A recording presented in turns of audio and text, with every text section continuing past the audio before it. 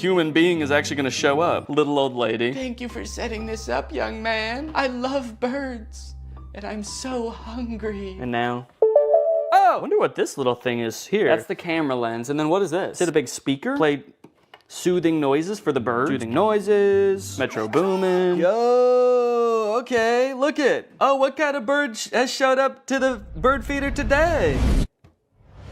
Danny bird. Okay, can I take a picture? Oh, I got a notification. Bird feeder camera has detected movement. I like that it's just saying that the smart bird feeder has detected movement. Obviously, it's not saying bird detected. It's like, we have detected something, but it's not a bird. You should probably just look for yourself to see. You're not gonna believe us if we tell you. It works! Man, I was worried about this one, because I actually feel like this thing's pretty cool, and I wanted it to work really bad, So why did someone return it then? That's the question. So many stories behind these boxes, you know? What happened in this person's life between when they ordered the AI bird feeder and when they returned the AI bird feeder? They suddenly started hating birds? Okay, surely by now the clip-on fan is charged, right? Let's take a look. Ooh, it is! It works! Okay. The clip-on fan works. In my effort to provide an excellent experience for my customers, I want to go beyond just the electronic items, okay? There are some non-electronic items that need my attention. Actually, there's just one. It's the rug with the abominable crease. And guys, I have really bad news. There is not an abominable crease on this carpet. There are two abominable creases. Right here and right here. That is just abominable, man. Actually, looking at it like this, there's kind of more than two, because there are some horizontal ones too. They're a little less severe, so I might not call them abominable, but I might call them like, dastardly. But they did give me instructions on how to fix the crease, so I'm gonna try all of this, and then I should have a perfectly good rug to sell. Let me get some water. God, my finger is getting tired from spraying. This is such a tiny little sprayer that you have to spray so many times. Okay, I've spritzed it. Wait, why is it still completely full? It's like I didn't use any water. That's like how much I filled it up in the first place. Kind of magic watering can? Okay, well, we've got a soggy crease. I'm pretty happy with it. So I'm gonna give it a few days, just like the instructions recommend. And then hopefully this will be ready to sell. The last things I needed to test were the tents. Yeah, this is nice. This fits me. Yeah, I've got over a foot of headspace. Give you guys my POV. There's my little piggly wigglies. Plenty of room, man. Maybe they returned it because they thought they would fit in the tent, but they're 8 feet tall. All right, well, I'm gonna give this tent a 10 out of 10. A tent out of tent, actually. Whoa!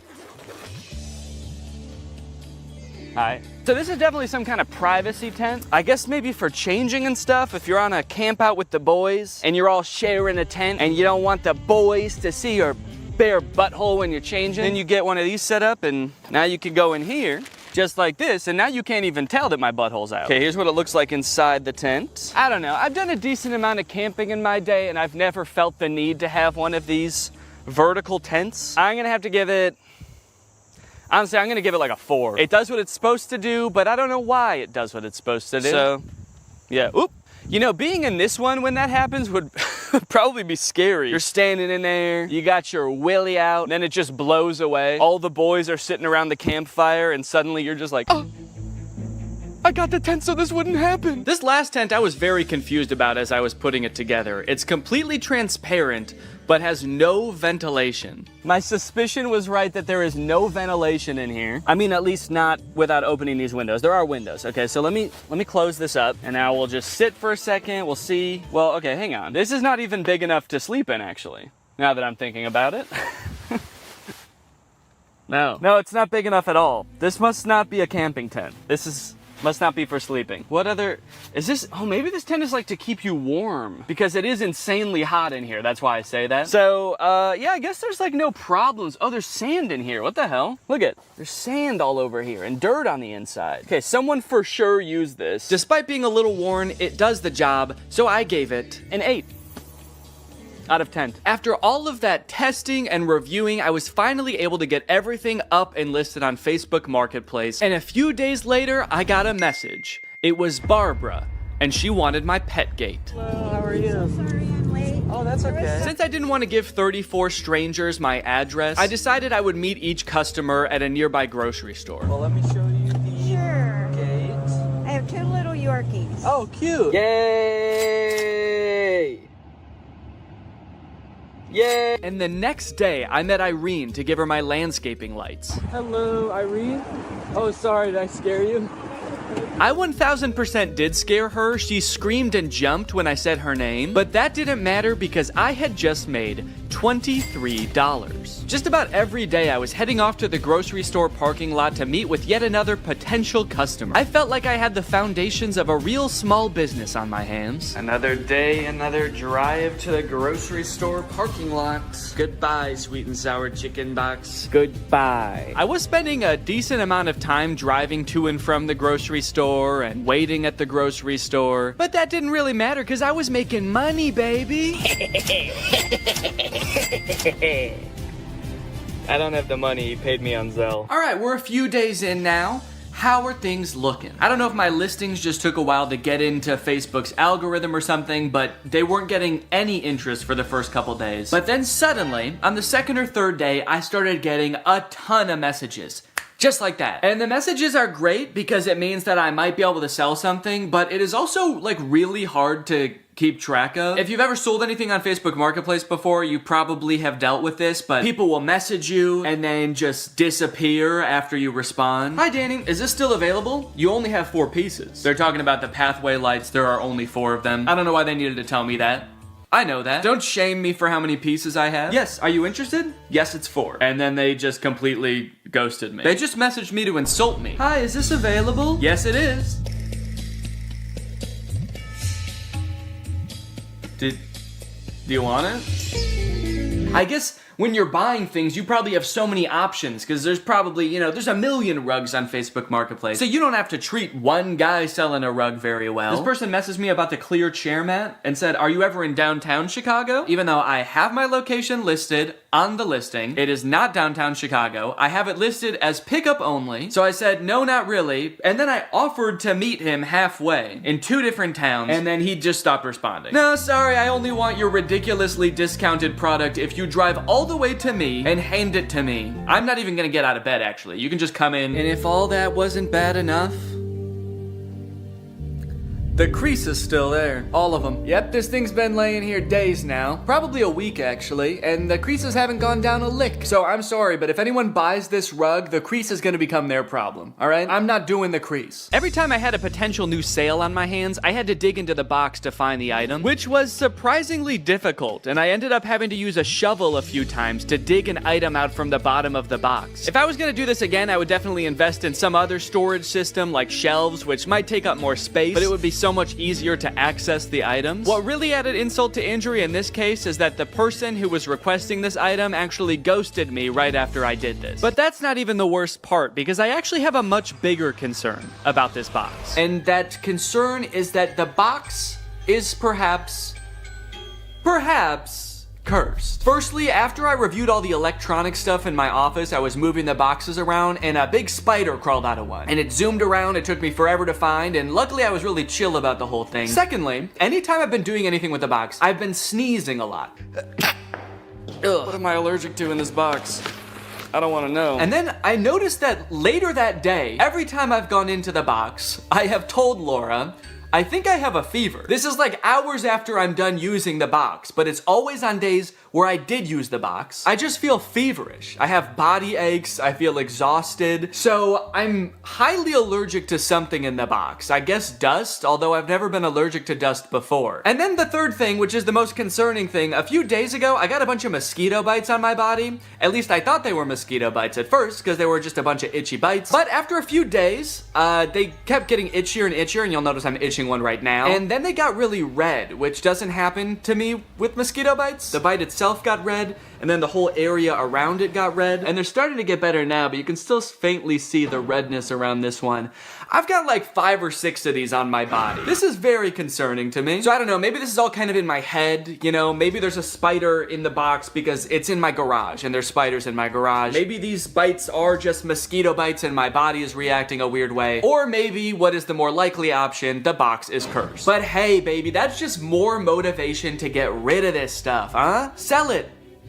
Give the curse to someone else. But at the very least, I should be careful when I give people the boxes. I should probably check them all for big spiders and ancient magic before I give it to them. Yep, should be good. Sweet. All right, have a good day. Yeah, no problem. All right, I've just finished up another sale here, and I was just sitting here in the car doing some thinking, and I think I've decided that I don't like this one bit. In terms of side hustles, man, I don't think that this one is it. Look at all of the messages that I've received between today and midday yesterday. So many people that I need to coordinate with, and the chances are, based on all of these messages, I probably won't even sell anything. The ratio of messages I receive to products that I sell is probably like 40-1. I've spent so much time messaging people and I've sold 8 things. Out of the 34 things I have, it's been weeks and I've sold 8 things. And then when I do have an actual buyer, it's almost just as annoying to coordinate with them. I had another guy that I was selling something to. We were supposed to meet at 7 p.m. one day, but he messaged me at 5:30 and was like, hey, just to let you know, I'll be there in 20 minutes. I hope you're free. To which I responded, no, sorry, I'm not gonna be free until probably at least 6:45. And then he messaged me when he arrived at 5:50 and said, okay, I'm here. Oh no, I didn't see your message because I was driving. Can you come anyway? But it was all worth it in the end because I sold the desk chair mat for $15. And as he was typing my information into Zelle, he also asked if he could have a discount. And I gave him one. Guys, I'm not good at this. Now, to be fair, this is completely my fault. I signed up to do this video. When Raleigh proposed, we did a collab, and I decided on this idea as my end of the collab. I had watched, I think one video about pallet flipping on Amazon, and I thought it looked easy. And I don't know where my critical thinking was when I watched this video, because watching it back in hindsight, there were definitely some red flags. This is a video called The Best Side Hustle No One Is Talking About, Flipping Amazon Return Pallets. It was made by this channel. They're a couple. They do a lot of Amazon pallet flipping, and so I thought it looked fun. And I think what really drew me in is this little bad boy right here, the MSRP counter. Every time they open a product to see what it is, they tally up how much it costs on Amazon, and they add that to the MSRP counter. By the time they're done unboxing the pallet, their MSRP counter is like $3,000 for a $500 box. So that's great, you know? They made $3,000. Except, no they didn't. They've unboxed a bunch of stuff and they've added up what it would have cost them to buy new. It's crazy that to me, opening a box for something that costs $100 means you made $100. That's how it worked in my brain. But no, of course it doesn't work that way. There's so much work that goes into this. You have to have a salesman brain. I don't have that. I actually think that this side hustle leverages all of my weaknesses. Selling things, planning ahead, being organized. Those are all parts of my brain that I've always known I'm not good at. I like turning on a camera and making silly YouTube videos. That's the side of my brain that works properly. So what I should have done is maybe watched a couple of videos and then Googled other people's experiences trying to flip Amazon pallets, because then I would have found this. On the flipping subreddit, someone asked, what are your guys' experience with Amazon return pallets? My experience is that Amazon return pallets have ruined my local yard sale ads. Every other yard sale I go to ends up being someone who ordered one of these pallets. Stop watching YouTube videos. 99% of that crap you are watching talking about junk pallets is paid advertisement. You're gonna get broken junk and used dildos while all the good shit was picked out right before they loaded it on the truck. Sounds like this person has been hurt and disgusted. This person said, depending on where you live, there's probably many people already doing this. I actually think it's better to wait and buy from these people at yard sales when they're trying to unload their death pile of merchandise. So hold on, there's Amazon, then the warehouses, then the people buying the pallets. They can't sell them, so they do a yard sale. Then there's other people coming to the yard sale to flip that and sell it to other people. How deep does this chain go? And why do I feel like it somehow all eventually ends up in a landfill anyway? Knowing how many people are doing this and failing is also making it seem like there's no way I can sell all this stuff because obviously there's competition. There's other people probably selling the same stuff and they're probably better at selling than me. They're already 3 steps ahead of me. They're waiting for me to sell it at a garage sale so someone else can buy it and then that person throws it away eventually. They're waiting by the garbage can for them to throw it away so they can pick it up for free and then sell it for $1. But that's when I thought of the perfect plan.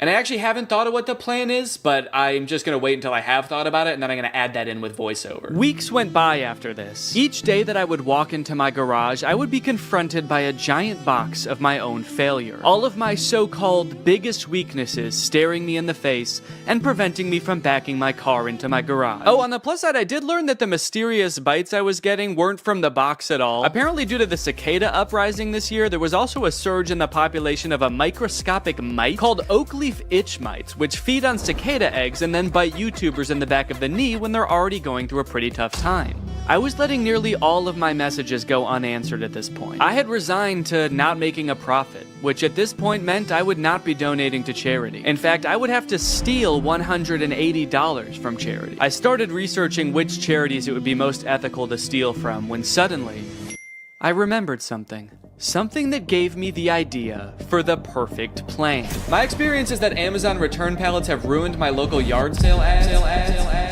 All right, this is the beginning of the garage sale long shot.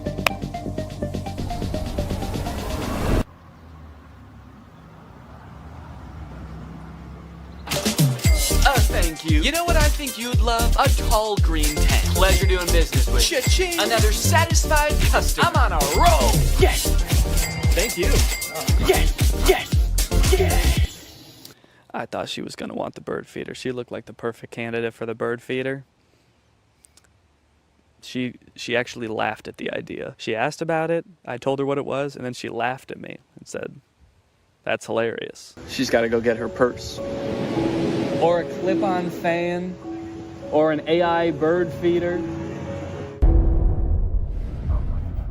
Well, it didn't go as well as I thought it was going to, so that's great. I don't know, man. I had this idea that if I set up a garage sale and had people coming through, I would just be selling item after item, and it would all be gone by the end of the day. But I sold, let's see, 1, 2, 3, 4, 5, 6 items, and I was there for about 6 hours. And I think 2 or 3 of those was just one guy. He bought one thing and then he came back for more because he told his daughter that he met a YouTuber and his daughter knew who I was, so he wanted to buy more stuff for her. So if that hadn't happened, I would have sold even less. As of right now, I have sold $303 worth of products. That means that I'm only like $37 away from breaking even. So if I could just make $37, that would be fantastic. And you might think that's not very much work. That's only, you know, like a couple more things. But guys, I have other things to do. I have other videos to work on. I actually took a break from this for like a month. The garage sale was like a month ago because I had to work on the copycats video. But luckily, I remembered a rule called the 80-20 rule, okay? 20% of your work is gonna yield you 80% of your results. And this rule applies for all sorts of things in life, you know? In a classroom, maybe 80% of the trouble is caused by 20% of the kids. In customer service, probably 80% of your calls are from 20% of your customers. And if I apply that to this, maybe 80% of my profit can be from 20% of my products. I need to be focusing on the few products that are gonna yield me that last $37. So if I just look at the 3 most expensive products that I still have on my list, I have the rug, which on Amazon is $150, the raised toilet seat, which on Amazon was $80, and the marble toilet seat, which was $90. I need to focus on the stuff that's gonna bring in the big bucks, because I have like 16 or 17 products still listed, and if I am trying to field messages and coordinate with people for all of those products, I'm gonna go insane. So I fished the big rug and the 2 toilet seats out of the box, and unlike last time where I was just hastily taking pictures as quickly as possible, I took some time. I created eye-catching photos to show these products unique features and assure people the toilet seats had never been used. I also took some time to enhance the descriptions and the product listings, and then I also posted them on Craigslist. As for if it worked, well, you're just gonna have to see for yourself. Okay, here I am, back in the parking lot. The woman who is coming to meet me said she just wants to look at the rug. I hope that means she's gonna buy it and she just doesn't want to just kind of like see what I got just for fun. The rug is listed for $60, so if I actually sell it for $60 right now, I'll be past breaking even point. I can get out of the game for good. God, I hope she buys this rug. Please, God. Hi, how are you? How are you doing? I'm doing great, thanks. Good. Look at it, it's got the rubber backing too. It's perfect. said it was new. Yeah, so I bought a box of Amazon customer returns. It's All right, beautiful. fantastic. Yes, thank you so much. Okay, could you put it in the back of my car? Absolutely. Yes! Yes! Yes! Look at that! 60 bones, baby. I broke even, bitch. I'm out of the game. Welcome to Profit City. As if it wasn't great enough getting rid of that rug and breaking even, those two ladies that just bought the rug were the nicest people I've ever met. They were so sweet. I'm feeling good. I think I'm gonna do this whole thing again. Just kidding. I don't think I'm ever gonna go on Facebook again, actually. In case you're wondering, I did a little rough estimate of how many hours I spent on this side hustle. That way I could calculate an hourly wage for my efforts. It was $1. That's right, Raleigh, $23, and all it took me was 4 months. Honestly, bravo. I did not think you were going to be able to make a profit. And just to clarify, you're not counting the cost of delivery into the cost of the box yet, are you? What? Yeah, it was $75 to get the box delivered, so that was on top of the $350 for the box. So technically, you haven't quite broken even yet. Hey, Danny. After breaking even, I felt like I had done what I set out to do. I made a profit, I proved it could be done, and so I called the experiment complete. I let Laura know I wasn't gonna try to sell the rest of the items, and she wasted no time getting rid of everything else so fast. She wanted to use our garage again, man, so she just put everything up on our neighborhood's free cycle group on Facebook and got rid of it all in like a couple of days. I've been working on this video since July, and she got rid of everything in a couple of days, even the stuff that doesn't work. This video is made in collaboration with Climate Town. They came up with the idea and everything, and they actually made an entire video on their channel about the free returns problem. They did a ton of research. They're a lot smarter than me, so if you want more info on free returns, go check out their video. But that brings us to the charity. So I have a profit of $23, or at least I did, until I sold the very last item, the box, to myself. You don't come across a cool big box like this very often. Who knows what I could do with this? I could make it a little fort. So I'm holding onto the box. Unfortunately, I did get a really bad deal on it. It was $10,000. The one time I negotiate and actually drive a hard bargain, it's on myself. So now I've got $10,023 to donate. I'm gonna be donating to Feeding America. They provide meals for people in need. I'm gonna add a fundraiser to this video down below, so if you guys wanna join me in donating, that would be awesome. Even just $1 can provide at least 10 meals for someone in need. So it's a really great opportunity to make a difference this holiday season. Anyways, guys, I hope you enjoyed this video. Make sure to subscribe if you're not yet to join Greg, and I'll see you next time. What's up, Greg, and welcome back to another episode of Please Stop Trying to Give Birth at Disneyland.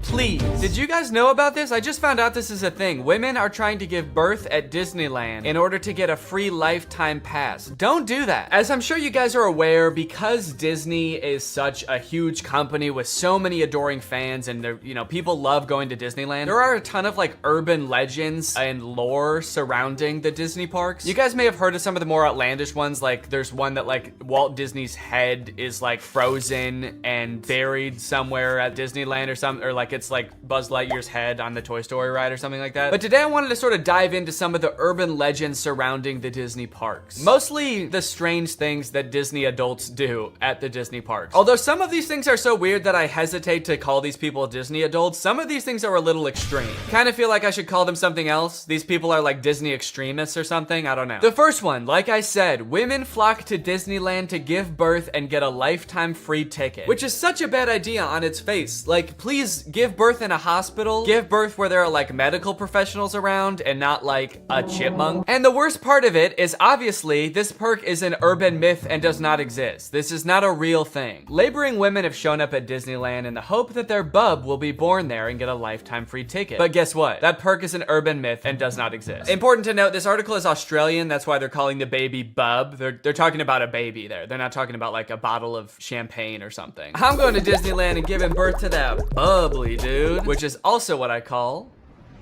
having a fart. I just gave birth to a bubbly. As a veteran of the pregnancy game, I know for sure that the journey to motherhood, okay, that's a weird way to say I've given birth before, or just that I am a mom. As a veteran to the pregnancy game. So you have kids, right? Me? Yep, yeah, that's right. I've done 3 tours of pregnancy. I've seen shit you cannot imagine. The pain, the screaming. Yeah, I've heard childbirth can be pretty tough. The innocent lives lost. Oh.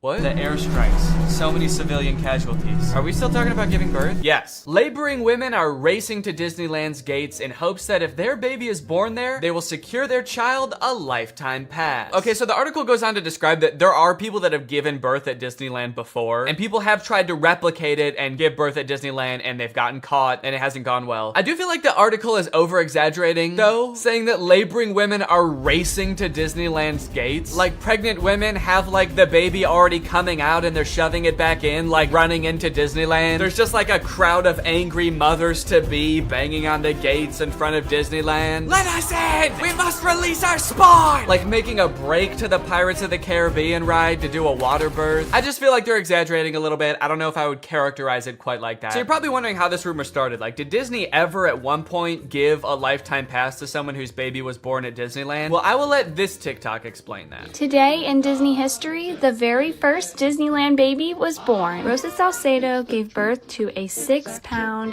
10-ounce baby girl on a bench on Main Street, USA, right outside of the Plaza Inn. Can you imagine visiting Disneyland as a family of 2 and coming out as a family of 3? Yeah, I can actually. But not because I'm gonna give birth. I'm gonna kidnap Donald Duck. You're my child now, Donald. The perfect happy family of 3. Husband, wife, and my uncle Donald Duck, who I've been holding at gunpoint for the past 16 years. There have been 4 babies born at Disneyland, and all of them have been girls, but only one has their own Disneyland birth certificate. So that might not have sounded significant, but that's actually how the rumor started. The first baby that was born there, Teresa, got a birth certificate that was just like a Disney birth certificate that says like, this is the first baby to ever be born at Disneyland. And I guess like word got out that this baby got some kind of special certificate, and then people just started assuming like, oh, that's a lifetime pass. That baby got a lifetime pass. And from that moment on, has just been a rumor that if you give birth at Disneyland, your baby gets a lifetime free pass. So honestly, if you're like that big of a Disney fan and you do this, you don't even get a lifetime pass. You still have to pay to go to Disneyland. It's just your baby that gets in for free. And I kind of feel like babies get in for free to Disneyland anyway. Is that true? Children under the age of 3 get in free to all 4 theme parks and 2 water parks at Disney World. There you go. You want your kid to get in free to Disneyland? A better conspiracy would be just pretend they're 3 years old for their entire life. That shit could actually work. The article goes on to talk about a time where someone has tried to sneak in to give birth at Disneyland, and they hid in the bathroom while going into labor until I guess employees had to like assure her that her baby would not be getting a lifetime pass, and then she was like, oh, okay, fine, then I'll just go to the hospital. Once they assured her that she would not be receiving a lifetime passport, she came out and accepted the ambulance ride to Western Medical Center where her baby was born shortly thereafter. I don't know about you guys,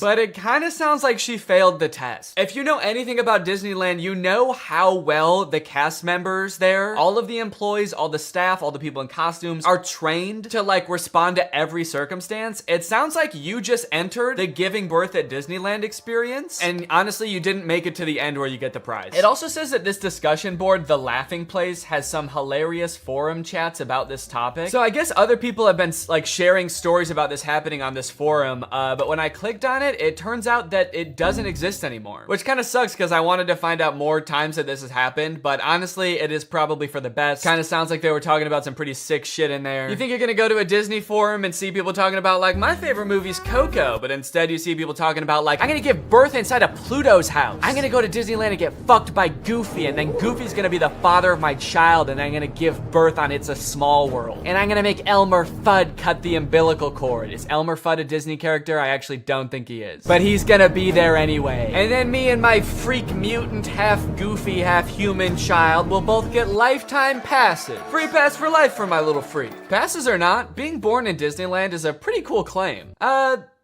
Yeah, I mean, I guess so. The way this is written, it kind of makes it sound like, so you might not get a free pass, but I don't know, it's worth a shot. You might want to do it anyway, just for shits. I've actually found a little bit of discussion about this on TikTok as well. Quick question, what's stopping me from giving birth in Disney World, like in the Magic Kingdom, on a ride, in the Epcot ball. I think this TikTok in particular is a joke, but the comments under this TikTok are actually very interesting. I went into labor at Disney. They were not cool about it. And people like responded asking her to elaborate, and she goes on to detail her experience going into labor at Disney. And from her experience, it kind of sounds like the second anybody starts going into labor at Disney now because of this conspiracy, the entire staff immediately flips and like makes it their top priority to get you out of the park and like to a hospital to give birth. And I guess that sometimes they can be so rushed trying to get you out of the park that it comes off as rude, but obviously they're just like concerned for your health. They also don't want this rumor escalating of like people giving birth getting a free pass. And also it's just like people in sweaty mascot costumes trying to not deliver a baby because that's not their job. So sometimes I guess it comes off as rude. But the funny thing is, from this woman's entire explanation, it sounds like she didn't even know that this urban legend was a thing. So in her head, I guess she just like broke some unspoken rule at Disneyland that she had no idea about and made the entire staff of the happiest place on earth turn on her in an instant, which is so funny to me. Hello there, what can I get for you? Yeah, can I just get a medium root beer, please? Oh, great. Oh, great, another guy here to put his balls in the root beer. What? Hey everybody, this guy right here is about to pull out his big fat balls in front of everyone, in front of a bunch of children, and put his balls in a glass of root beer. Why would I do that? Don't play dumb. I'm not playing dumb. I am dumb in this situation. You've clearly heard that if you put your stupid fat balls... Why do you keep calling them fat? ...in the root beer at Disneyland, you get to spend the night with Minnie Mouse. Oh, what the fuck? No, I just wanted some root beer. Is that true? No, it's an urban legend. But no matter how many times we tell people it's not true, we still get perverts like you coming to Disneyland, ordering root beer just so they can put their stupid... Don't call them fat. Fat balls in it! Oh, come on, man. Don't cry. I already am. Why do you still sell root beer if this keeps happening? Because if you shit in the root beer, you actually do get a free fast pass for Space Mountain. Okay, I don't want to put my balls in root beer, and I definitely don't want to shit in the root beer, okay? I legitimately just want to drink some root beer. Oh. Sorry, my bad, man. I didn't know. Okay, well, that's literally what I asked for, so... Here you go. Ah! What the fuck is that? It's Walt Disney's head. You said the secret code, so here's his head. No! Root beer! What? I wanted root beer. I wanted to drink root beer. So no head? No! Overall, pretty disappointing that anyone actually believed this in the first place. In what world would Disney want to foster an environment where mothers are coming into their park, their theme park, to try to give birth? Especially if they're not like billing it back to the person that gave birth and being like, okay, here's your hospital bill, and because it's Disney, it was $1 million. Now, by now, it should be no surprise to you that there are some people in this world that want to spend every waking moment of their lives at Disneyland, especially their most precious moments in life, which is why you can also get married at Disneyland. Let's take a look at some of the craziest places you can get married at Disney World. Starting at $12,000, you can get married at the Haunted Mansion in Disney World. But just like expecting mothers trying to sneak into the bathroom to pop out a quick person, couples are of course also trying to cheat the system and avoid paying to have their wedding at Disney. So they'll just like sneak in with like themselves, maybe a couple family members and an officiant, and just like have the wedding in like a somewhat secluded area of the park. Here we have an article that details a San Diego couple sharing their secret Disneyland wedding story. Not many people can say they secretly got married in Disneyland's Sleeping Beauty Castle. 2 years ago, Gabriel and Andrea had been saving up for their dream wedding at Disneyland. However, when they began looking for wedding options at the park, the couple said that the cheapest option was $12,000. Instead, they decided to spend their life savings on a house. Great move, honestly. No complaints so far. That's a very wise choice. So Gabriel and Andrea decided to have a secret wedding at Disneyland. The couple gathered Gabriel's oldest daughter, an ordained minister, a witness, and packed their bags, heading for Disneyland for what they called a guerrilla-style wedding. Now, I don't know much about weddings. I've only had one, but I do know that you don't generally want to have them guerrilla-style. Like when we were planning our wedding, that word almost never came up, I don't think. Just imagining them describing their wedding afterwards, like, yeah, it was so romantic. We hid in the bushes for 8 hours in the hot Florida sun wearing camo paint, waiting for the crowds to die down. You know, just sort of waiting out the crowds and the gunshots, the airstrikes. Airstrikes? Then we popped out and I said, I do.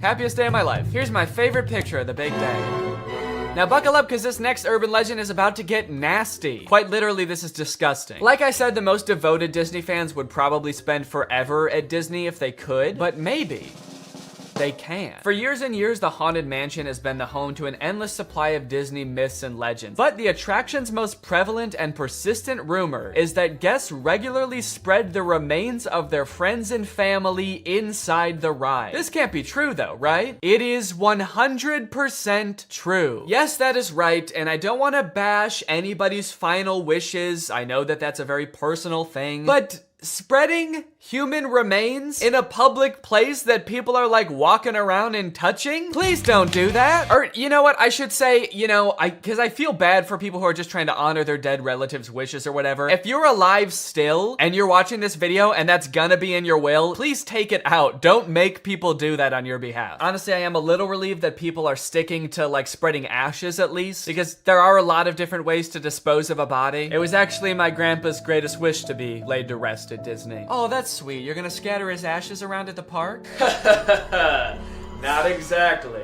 The Haunted Mansion probably has so much human ashes in it, it's not even funny, said one Disneyland custodian. Blah! That is the nastiest thing. Oh my God. Don't do that. Do not do that.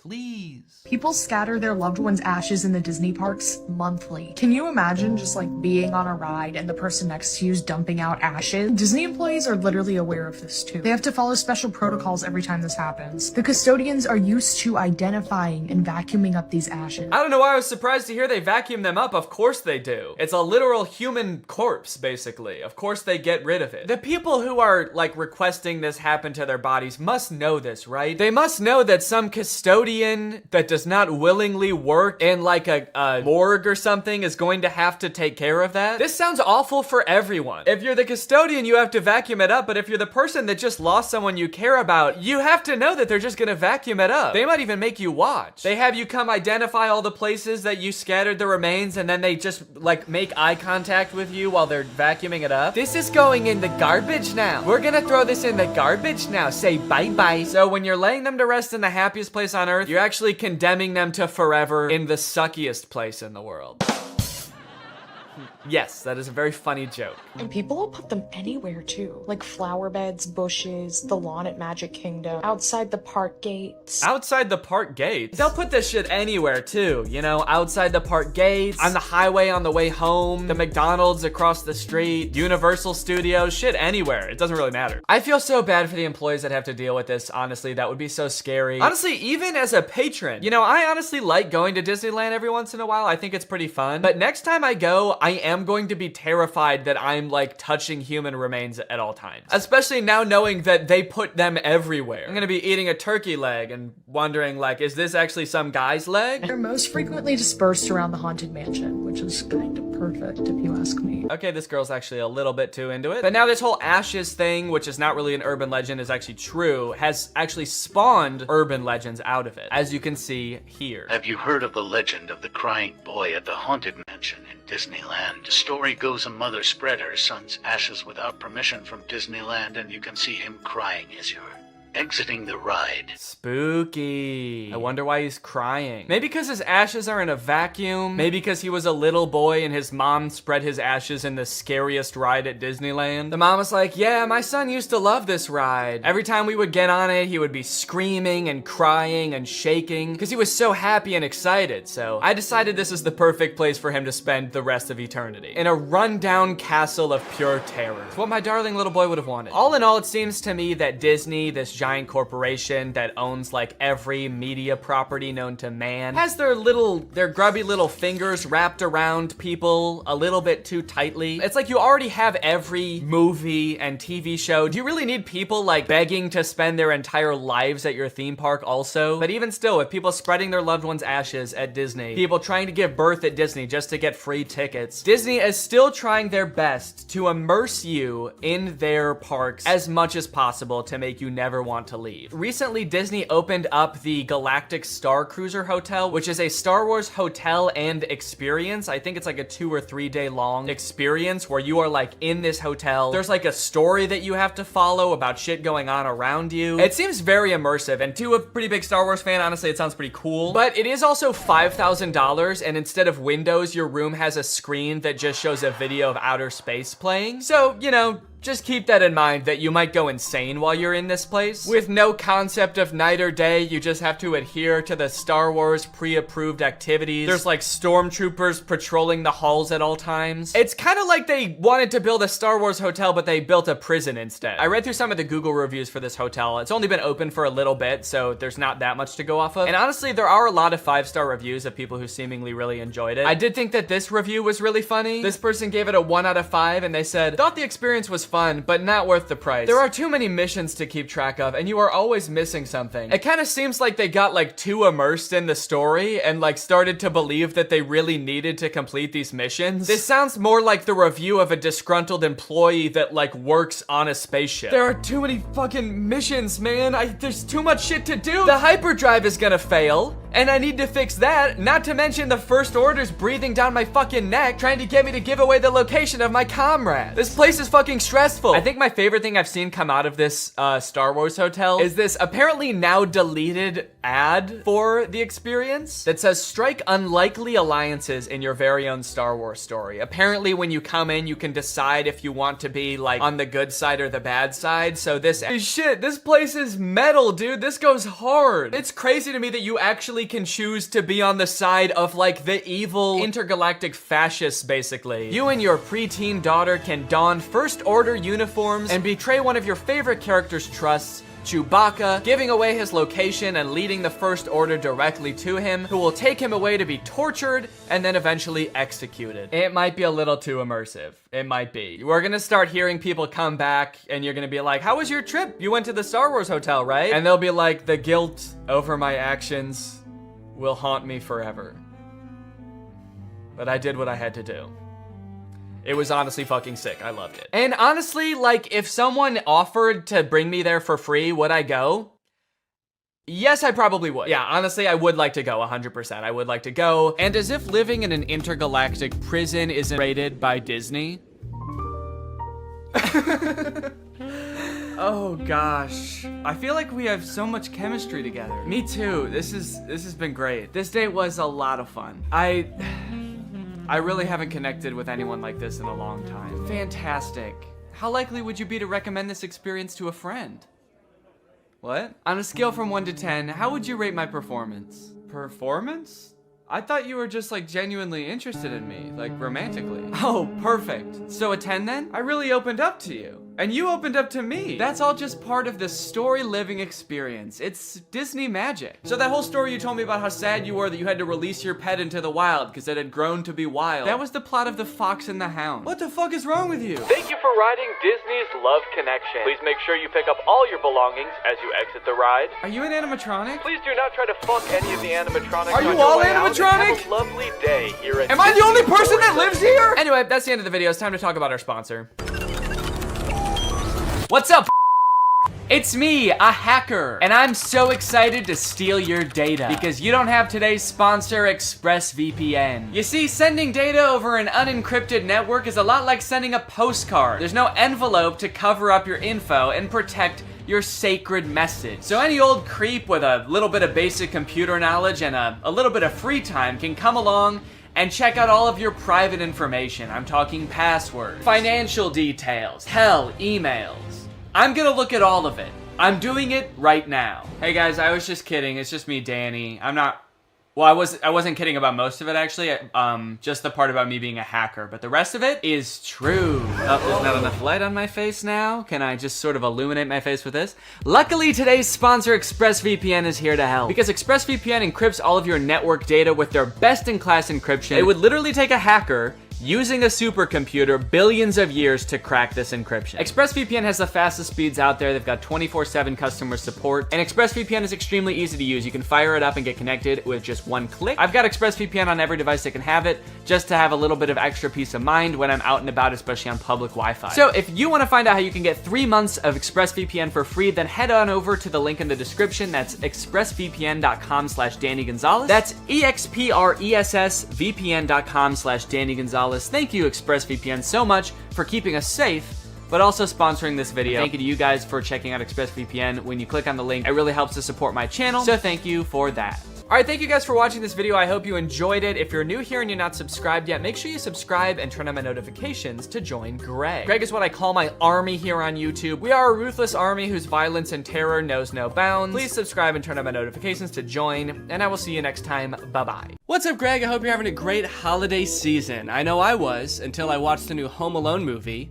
And I got sick, also. I think the movie might have given it to me, honestly. You know, guys, when you think about it, I guess it makes a lot of sense that they would make a new Home Alone movie, you know? Hollywood loves their sequels. Their sequels of sequels, and they've already made like 5 Home Alone movies, so why stop there? And sure, like nobody has watched or even been interested in the last like 3, but all the more reason to make another one, you know? Sort of a comeback Home Alone movie this could be. I guess could have been, if it wasn't already out and wasn't already bad. It's a shame, man. I really liked the first 2 Home Alone movies, but then after that, nothing feels the same. And I don't know what it is about this one in particular, but watching this little kid beat the shit out of these burglars, it's just not as fun as it used to be. I guess I really am grown up. Oh, no, you know what it is, actually? It's not that I'm grown up. It's that instead of making the villains in this movie like cartoonishly evil burglars, they made them like a struggling middle-class family who are only breaking into this kid's house due to a misunderstanding. They're not evil. They're not trying to hurt anyone or kill anyone. They're just like a down-on-their-luck family. And this rich kid is just fucking him up at every turn, dude. This movie is insane. You know how a Home Alone movie goes. There's a kid, he gets left in his house by himself, there's robbers who try to break in, and the kid sets up a bunch of traps to try to hurt them and embarrass them. And that's exactly what happens in this movie. So you're probably wondering, who are these robbers and why do they want to break into this kid's house so bad? So let me tell you. Pam and Jeff McKenzie are parents. They live in the same area as the main kid, Max. And the movie starts off with them having an open house. They're trying to sell their house because they're both down on their luck. One of them doesn't make very much money and the other has just lost his job. And so they're trying to sell their house to keep food on the table for their families. It's very sad. The movie sort of tries to make it into like a funny thing happening. There's like millennials that come to try to buy the house, wearing berets and scarves. You know how like millennials do. Always wearing berets and scarves, I am. The schools here are amazing. They are totally lit. And there's a lot of scenes like this in the movie that seem like they're trying to get you to empathize with this couple. In this scene, they're just talking about how they can't afford to live in this house anymore, even though they love this house and they always thought that they'd be growing old together in the house. Unfortunately, it just won't be able to become a reality for them. I always thought we'd get old and weird in this house, but we've done the math. We can't afford it on my salary alone. Yeah, but I mean, I crushed my interview with IBM. Crushed it. But that was 3 months ago. It's very sad. And when I watched this, I didn't know that these two were going to be the ones who were gonna have all of the booby traps happen to them. And it's kind of crazy now watching it back, being like, holy shit, just about an hour and a half from now, these two are gonna be getting maimed by a rich child.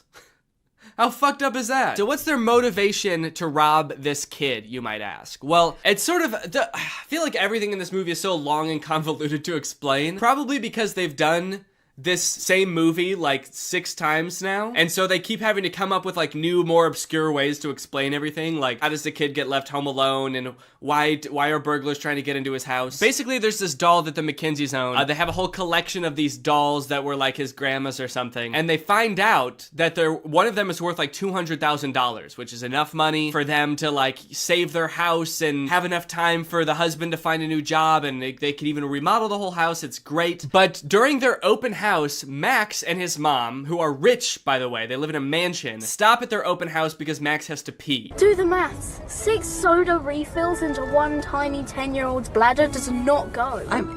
They sort of are using this less wealthy family's house as a public restroom of sorts. And the McKinseys talk to Max about this doll, and that's actually how they learn how valuable the dolls are, is because Max's mom knows this information. There was this elderly lady who bought one at a garage sale for about $10, and then it ended up going for about $5,000. And then the doll goes missing. That brat kid stole my doll. And so the McKinseys assume that Max stole the doll from them. So they are breaking into his house to try to get the doll back so that they can save their family. Which is not a decision that they take lightly, mind you. They're not like stoked to do this. They're like a normal family just like anybody else, but this is like the only thing they can do to try to keep their family afloat. They're actually like extremely nervous about doing this because they don't want to get caught and they don't want to hurt anybody. Little do they know they will get caught and they will get hurt.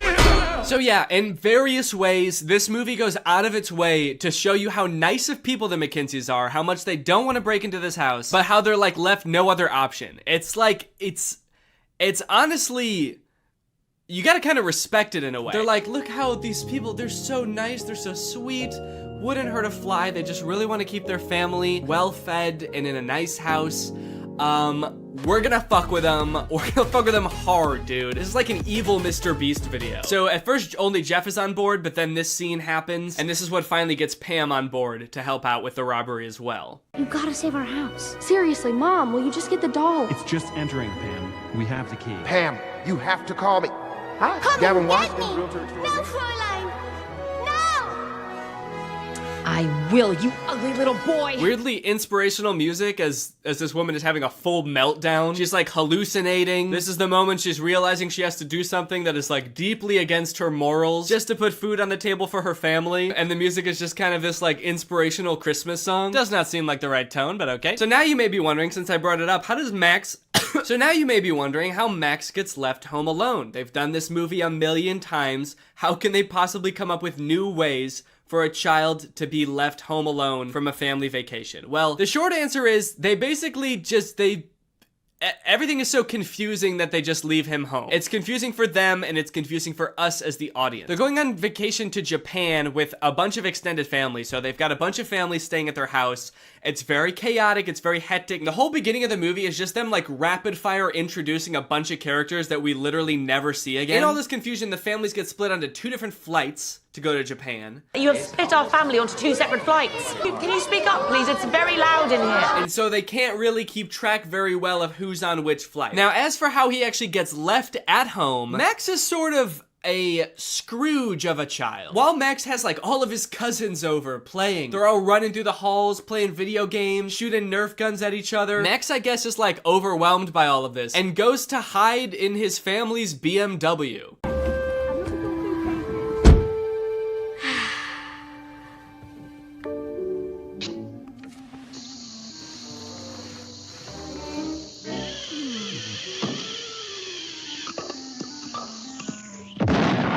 There's like a random car commercial at the beginning of the movie. He leaves the ruckus of his house on the holidays to go sit in the garage in his family's BMW and watch cartoons. Mom? Dad? Seems like a weird way to advertise BMWs, honestly. I'm not sure about that product placement. BMW.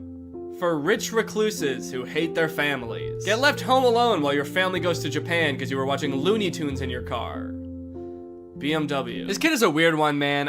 He's like 80 years old or something. He lives in a huge ass house. He's got a bunch of cousins. He's got a million toys, probably. Seems pretty fun to me. But instead he's like, get all this fun out of my house! I hate Christmas. I'm gonna go hide in my luxury car and pass out for 12 hours. There are a lot of choices in this movie that make very little sense, and I'm still trying to figure out why they would do these things. This movie looks like weirdly cheap while also having a ton of big celebrities in it. People even I was surprised to see, even after watching a trailer, like Kenan Thompson, Pete Holmes, Ellie Kemper. They have like a ton of big names in this movie, and some of them with like really weirdly small, insignificant parts. Chris Parnell, for example, plays Uncle Stu in this movie, who we see once at the beginning, and then for the rest of the movie, he's shitting. Did Carol leave? Travel safe. What's going on? He's shitting even before we see him too. I told you to use the restroom in the coffee shop, darling. After Uncle Stu had been in there? Really? Did you see how many deviled eggs he had for lunch? And then for the rest of the movie, we only hear him through the door of the bathroom. Did somebody call the house? No, because we don't have a landline, Stu. Because he gets to Tokyo and then I guess had more bad food and is still shitting. Actually, that might be one of the funniest parts of the movie, honestly. The fact that this uncle is just pooping his brains out the entire time. That is pretty funny. And the fact that they got such like a big name to play him, and we're paying you $5 million for this role, and you're gonna be behind a door pooping your brains out, and we're never gonna see you. Is that cool? Also, Mikey Day from SNL is a priest in this movie. If you didn't look very hard, you might not even know there was a priest in this movie, let alone the fact that he was played by someone famous. If this movie was good, it would have been cool to see so many famous actors, but because it was really underwhelming, it was almost disappointing every time a new actor popped up that I recognized. I was like, oh, not you too, man. What's going on? Are you okay? Another weird choice, they threw in this line in the middle of the movie about remakes always being worse than the original. Oh, this is garbage. I don't know why they were always trying to remake the classics. Never as good as the originals. Like, yeah. Fuck you. It was like the studio being like, we know this isn't as good as the first one, but you're still gonna eat this shit up, aren't you, little piggy? Little piggy likes his Home Alone movies, doesn't he? And I did eat this shit up, alright? So, I can't talk. I watched it still. I feel like with a kids movie like this, you always have to appeal to the kids, but then also throw in some good stuff for the adults in there too and make it fulfilling for them to watch. That way they'll want to, throw it on with the kids every year, right? And this movie works well enough for kids, I think. I think kids just like to watch Max make the booby traps and think, I could do that if I was like, home alone and there are people trying to rob me. I could defend myself against two adults who are trying to kidnap me. It's fun to imagine yourself as a smart little 6-year-old, even if you are a dumb little 6-year-old. But this movie, while being fun for kids, I would say is deeply saddening for adults. The second half of this movie is just watching a struggling family getting their shit rocked by a rich asshole kid. Bombs away!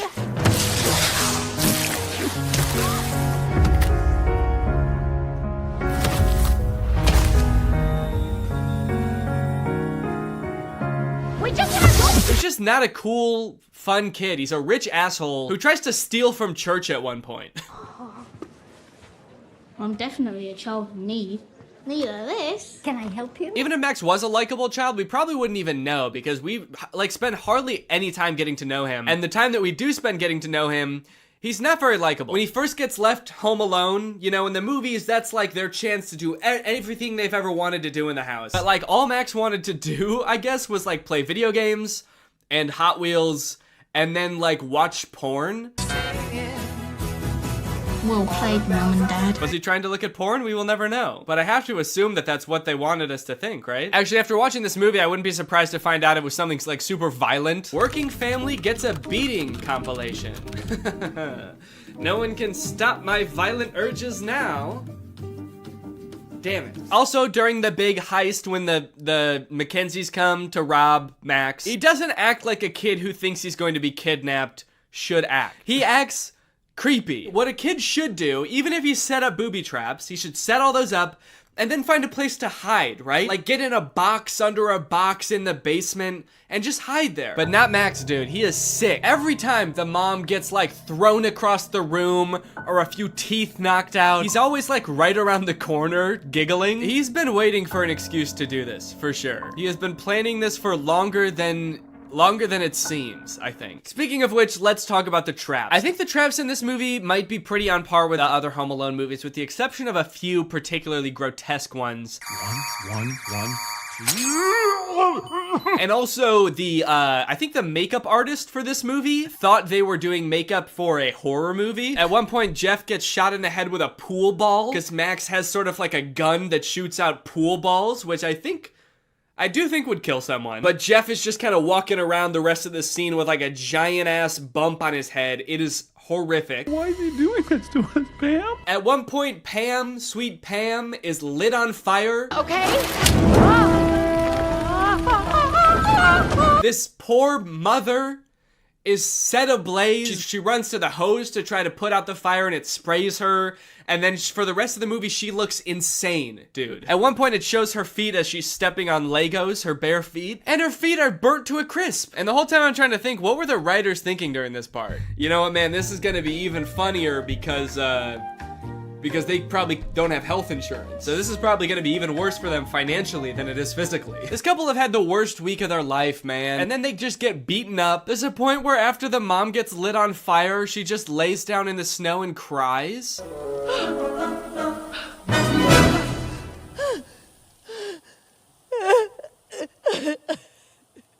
Am I supposed to be laughing right now? This is so sad. The worst booby trap of the whole movie, and probably any Home Alone movie, I feel like has gotta be this one. It is so grotesque. It is honestly scary. This is some horror movie shit right here, okay? Pam thinks that Max has just run up into the attic, so she goes to pull down, like, the ladder that leads to the attic, and instead she's greeted with a Nerf gun that shoots out Nerf darts with push pins sticking out the front.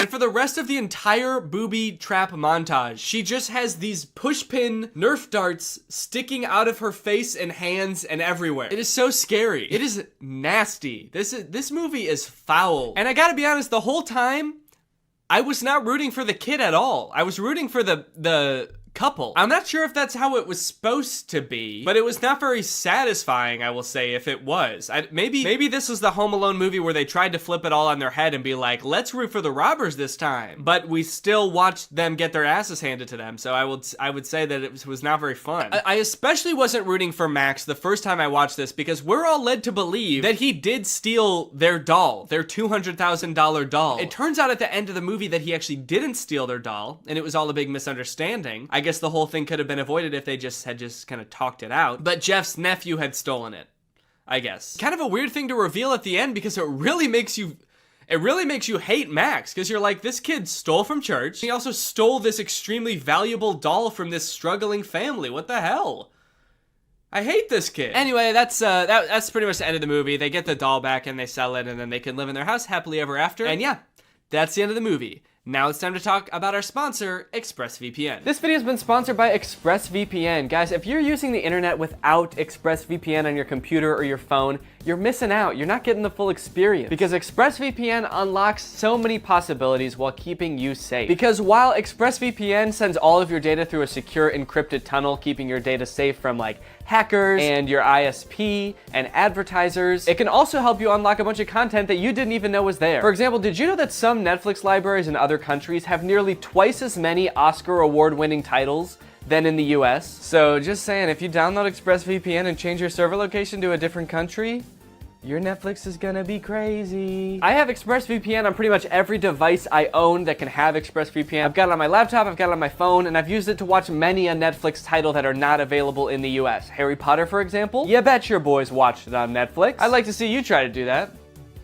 No, really, I would like to see you try to do it. I would like to see you go to expressvpn.com/Danny Gonzalez and try to do that right now. Go ahead. Like I said, ExpressVPN also protects you from your internet service provider snooping on you and basically getting to log all your data. But when you encrypt your data and reroute it through ExpressVPN servers, that makes it so they can't do that. Think about it like this. Would you rather trust ExpressVPN, a company who's explicitly trying to protect you, or would you rather just send it through the pipes? Send it through the pipes of the internet service provider that you had no choice but to sign up with because they were the only one in your neighborhood and so you just had to sign up with them? Who knows what they could be doing? You don't. They're legally allowed to sell your data to other people, so they could be doing anything with that stuff. So if you want to check out ExpressVPN and support my channel, then head on over to expressvpn.com/Danny Gonzalez to find out how you can get 3 months for free. That's expressvpn.com/Danny Gonzalez. The link will be in the description. Go ahead and click that to find out how you can get 3 months for free. Thank you to ExpressVPN for sponsoring this video, and thank you to you guys for checking out ExpressVPN. All right, thank you guys for watching this video. Sorry if it was a little short.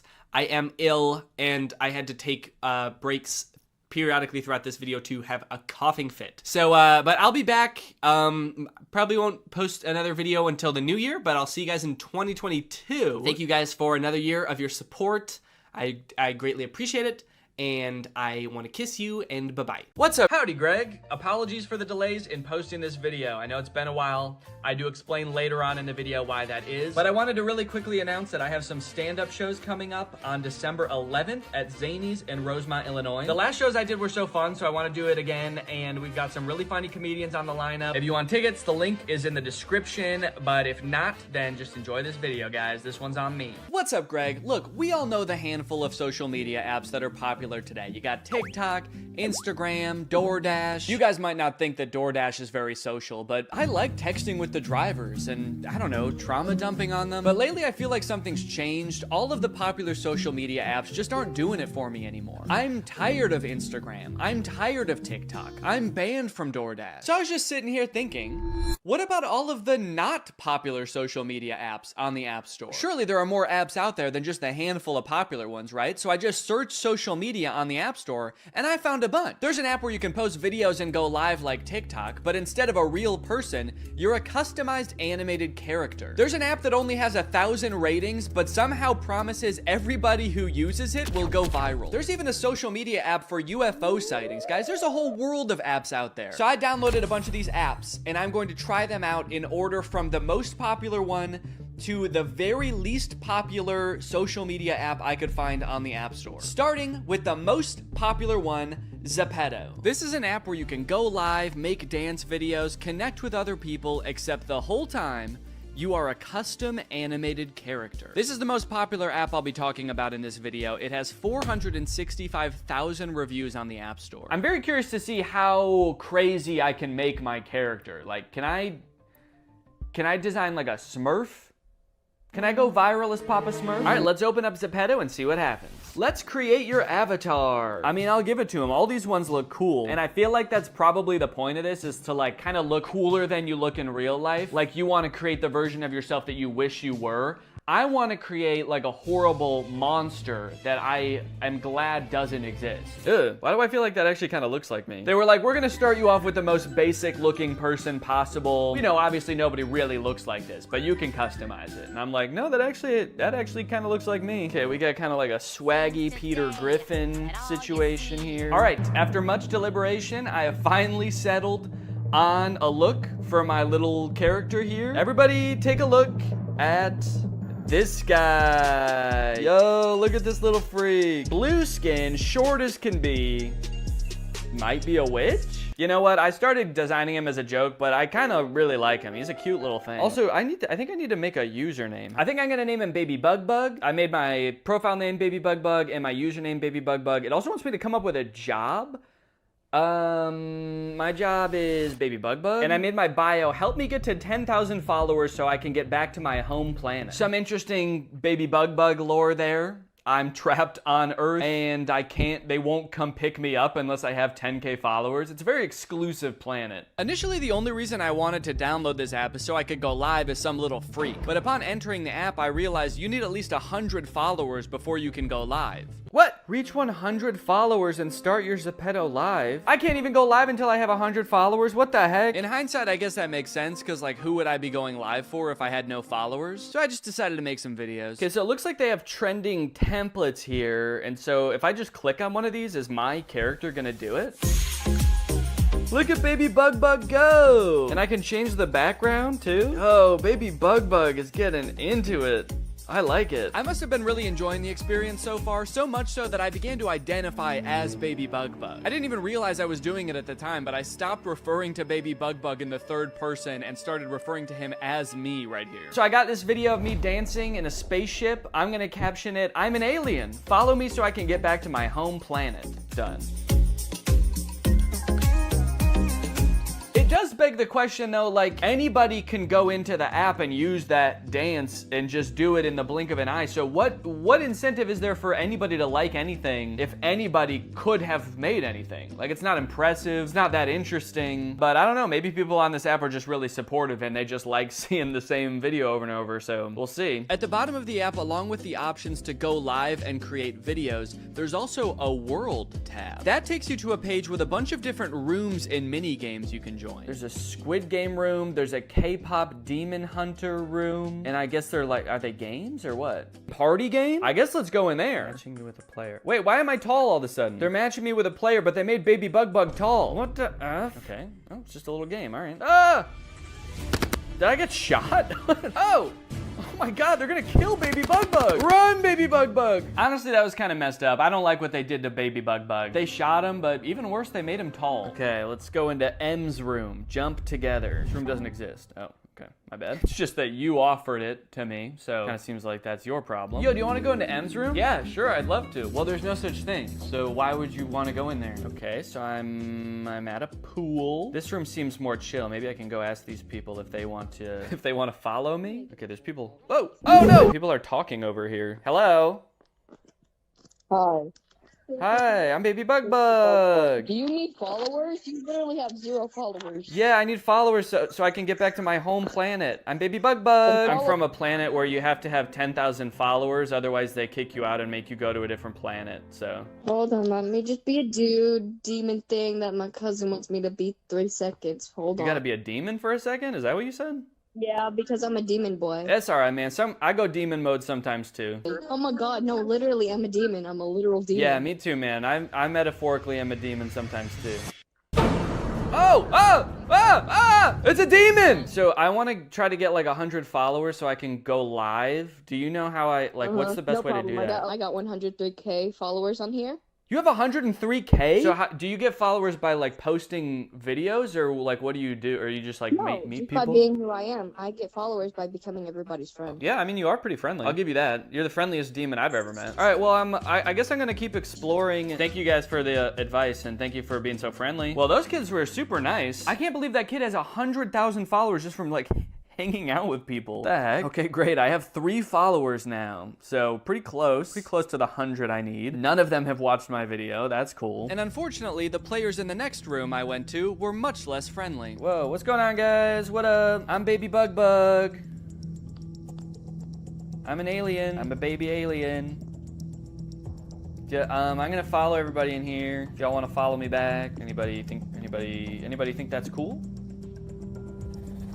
What? Wait, who nicknamed me Butt? Who gave me that nickname Butt? Whoever did it, I think they left. That's not very swaggy of you guys. The next day, I decided to check out some live streams on the app, which mostly consisted of completely silent gift battles. Is there audio in this live stream? Man, I don't understand what's going on at all in this. There's no audio. And everybody in the comments is just begging for follows. Follow for follow, follow for follow. Hey, can you guys follow me? Let's see if I get any followers from that. I bet everybody's gonna be jumping at the opportunity to follow me after that message. Did I get any followers? Oh wait, shit, did I?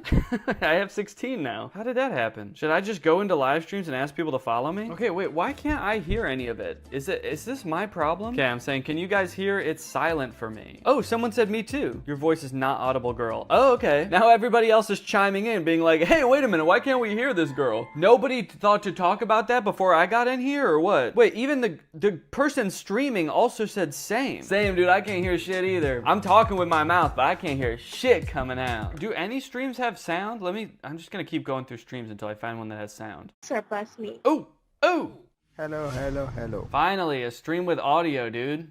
Hello. Hi, Pooja. Hello, what's up? Okay, their talking is kind of just like the same kind of discourse as the comments of just people being like, hey, hi, how's it going? Hey, hi.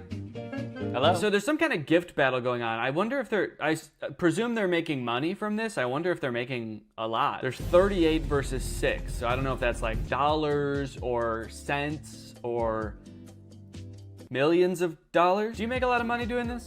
Bro, I don't make any money doing this. They don't make any money doing this? It's just a gift battle, but nobody gets to keep any of the gifts? Dude, you should come over to my place for Christmas. We're doing kind of like a white elephant, but at the end we just throw all the gifts in a fire. All right, guys, well, that's about all the patience I have for this app. There's some nice people on the app. I think the real shining star is the worlds that you can go into and actually interact with other people. So if there's one redeeming quality of the app, I would say it's that. All right, next up, we got Zigazoo. With 33,000 ratings, Zigazoo is described as safe social media just for kids. And I don't know about you, but my first reaction to this concept is, I mean, don't get me wrong. If young kids are gonna be on social media, I guess it's good that they have like a safe app to use. But like, the age for this app is 4 and up.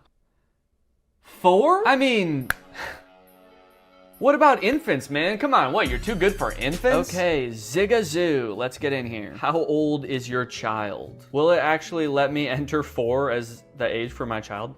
4. Oh, okay, yeah. Okay, what is your child interested in? I mean, they're pretty much mostly just interested in yum and vibes. Select a username, be creative and fun, and no last names. Okay, first test.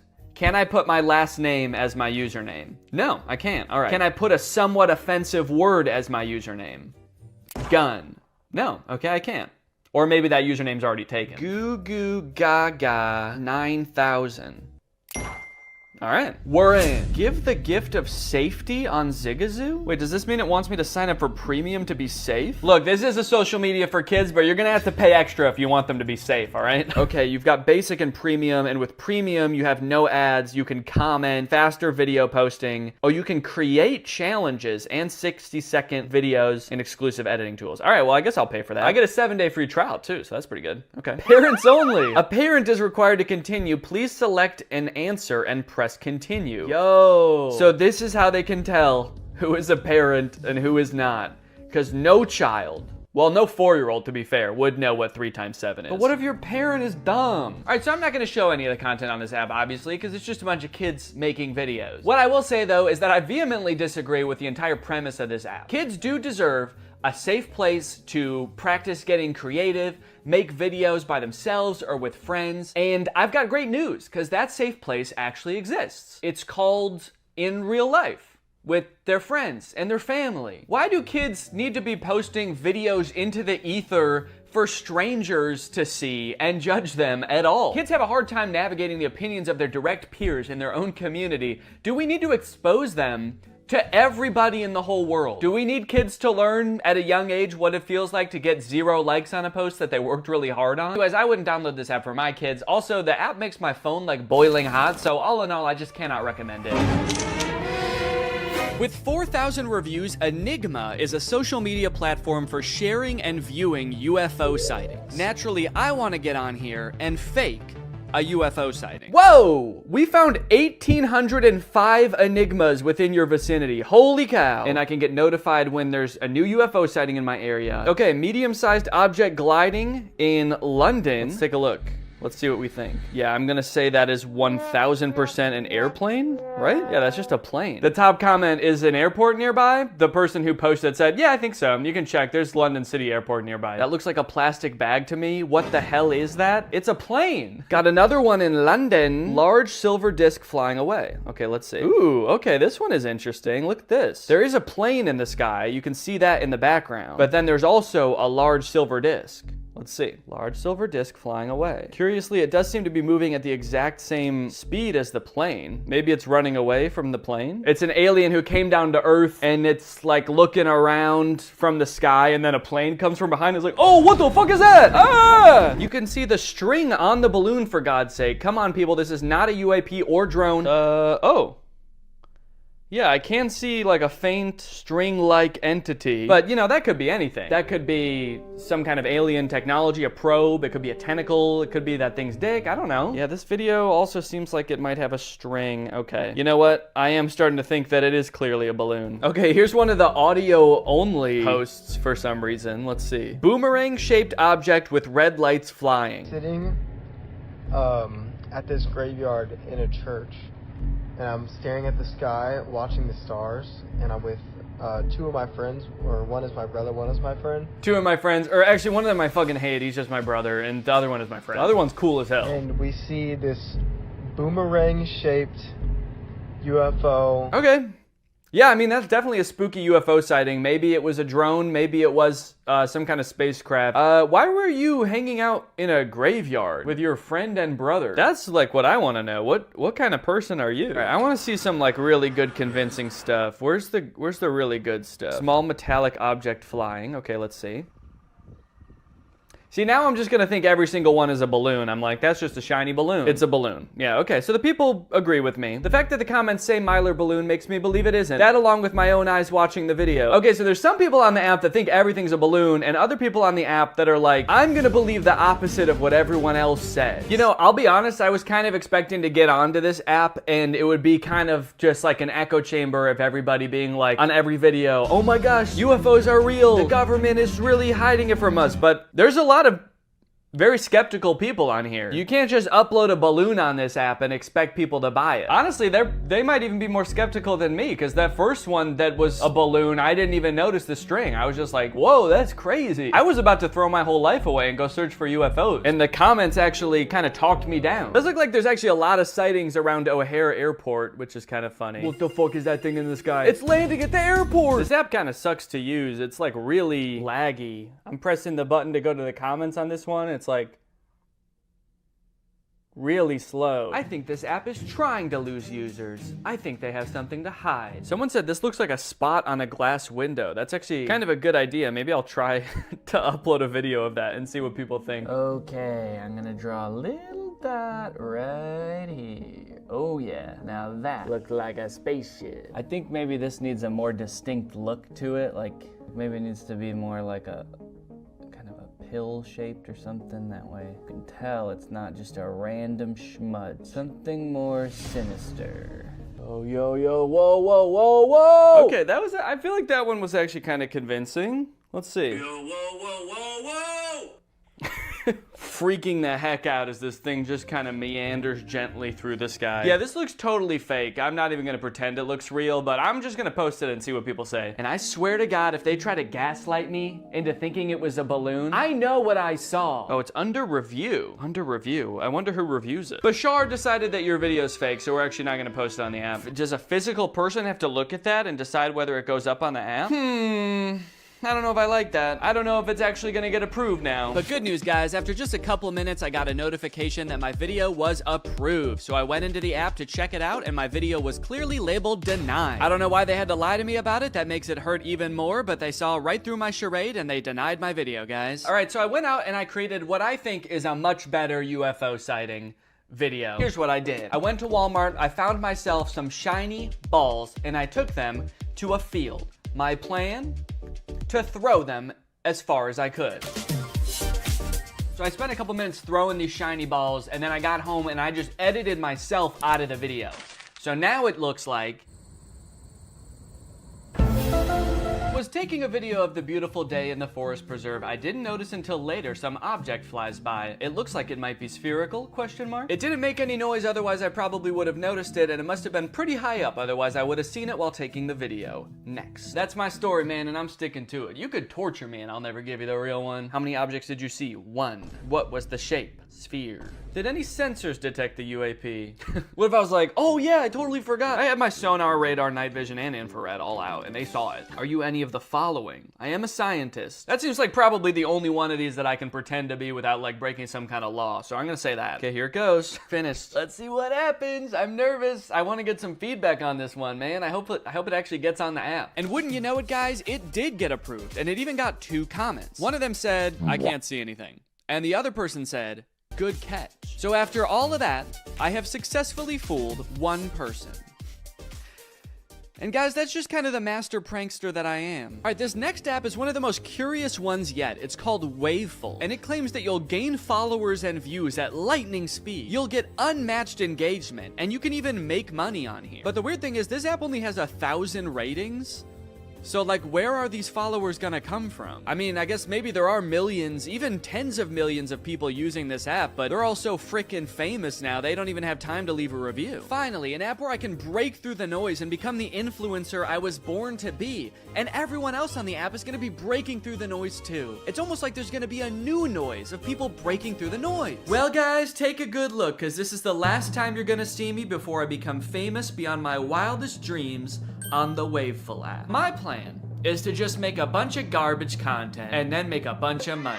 Okay, it wants me to add a profile picture and a username. Well, I haven't decided on what kind of art I'm making, so I kind of just have to pick like a general name that could be cool for any genre of content. So I'm gonna go with something versatile like Swaggy Jason. I'm gonna save the profile picture for later. I'm not ready to do that yet. Just picture like a guy named Jason, but swaggy. Waveful would like to send you notifications. Actually, I don't know if I want to allow that. If I'm to believe the description of this app, it's gonna send me way too many notifications. Just millions of followers a second. Okay, select your interests. Fun is the first interest it lists. Nah, I'm not actually really interested in fun. Pretty overrated if I'm being honest. Do they have sadness and boredom on here actually? Swaggy Jason is gonna be interested in authenticity, just the content concept of hobbies. No hobby in particular. When people ask Swaggy Jason, what are your hobbies? He says, my hobbies are interests. And then they say, okay, what are your interests? And he says, I'm pretty interested in hobbies. Create your first post. Select an island to add to your first post. Other members will be able to see it and welcome you. I have to create a first post right away? No, it's like if you want to be a part of this app, you have to post right now. And what does this even mean? Select an island to add to your first post. I'm guessing these are kind of like hashtags, or are these like subreddits? Kind of? Music and video. Okay, let's just do music and videos. Okay, so there's also a media gallery, so I can choose other people's images to upload. Are these all AI images as well? They kind of look like it. Man, this really does make being a creator easy. I can just post somebody else's image. Still can't tell if that's AI. And I can caption it. Whoa! It'll suggest a caption for you too? Sunshine and puppy dust. Who needs a cleaning service when you have this much cuteness? Okay, so I can just steal an image, auto-generate a caption, and post it and become insanely famous. I think Swaggy Jason's liking this app already. Okay, I posted it. So here is my image, and let's see. It already has 4 views? Guys, it's been like 20 seconds and this already has 4 views from people I don't. Wait, why is my name Danny on here? I didn't approve that. Excuse me. It never even asked me my name. Get that out of here, dude. I'm Swaggy Jason. Okay, now my post has 6 views already. That's crazy. Now it's got 7 views, 8 views. Holy cow, dude. Me and this puppy are going to the moon, baby. 12, 13. Holy cow, dude. We're going viral. Look at this. What? How is it doing that? I already have a follower. All right, let's check out some of the content people post on this app. I'm curious what else is going viral on here. Just a video of a barbecue happening. Just a bunch of cooked meats. That's cool. 49 likes. A picture of roses. 257 likes. What are the comments on this? Beautiful roses. Nice roses. Absolutely beautiful. Absolutely beautiful. Just a picture of these 2 ladies. 113 likes.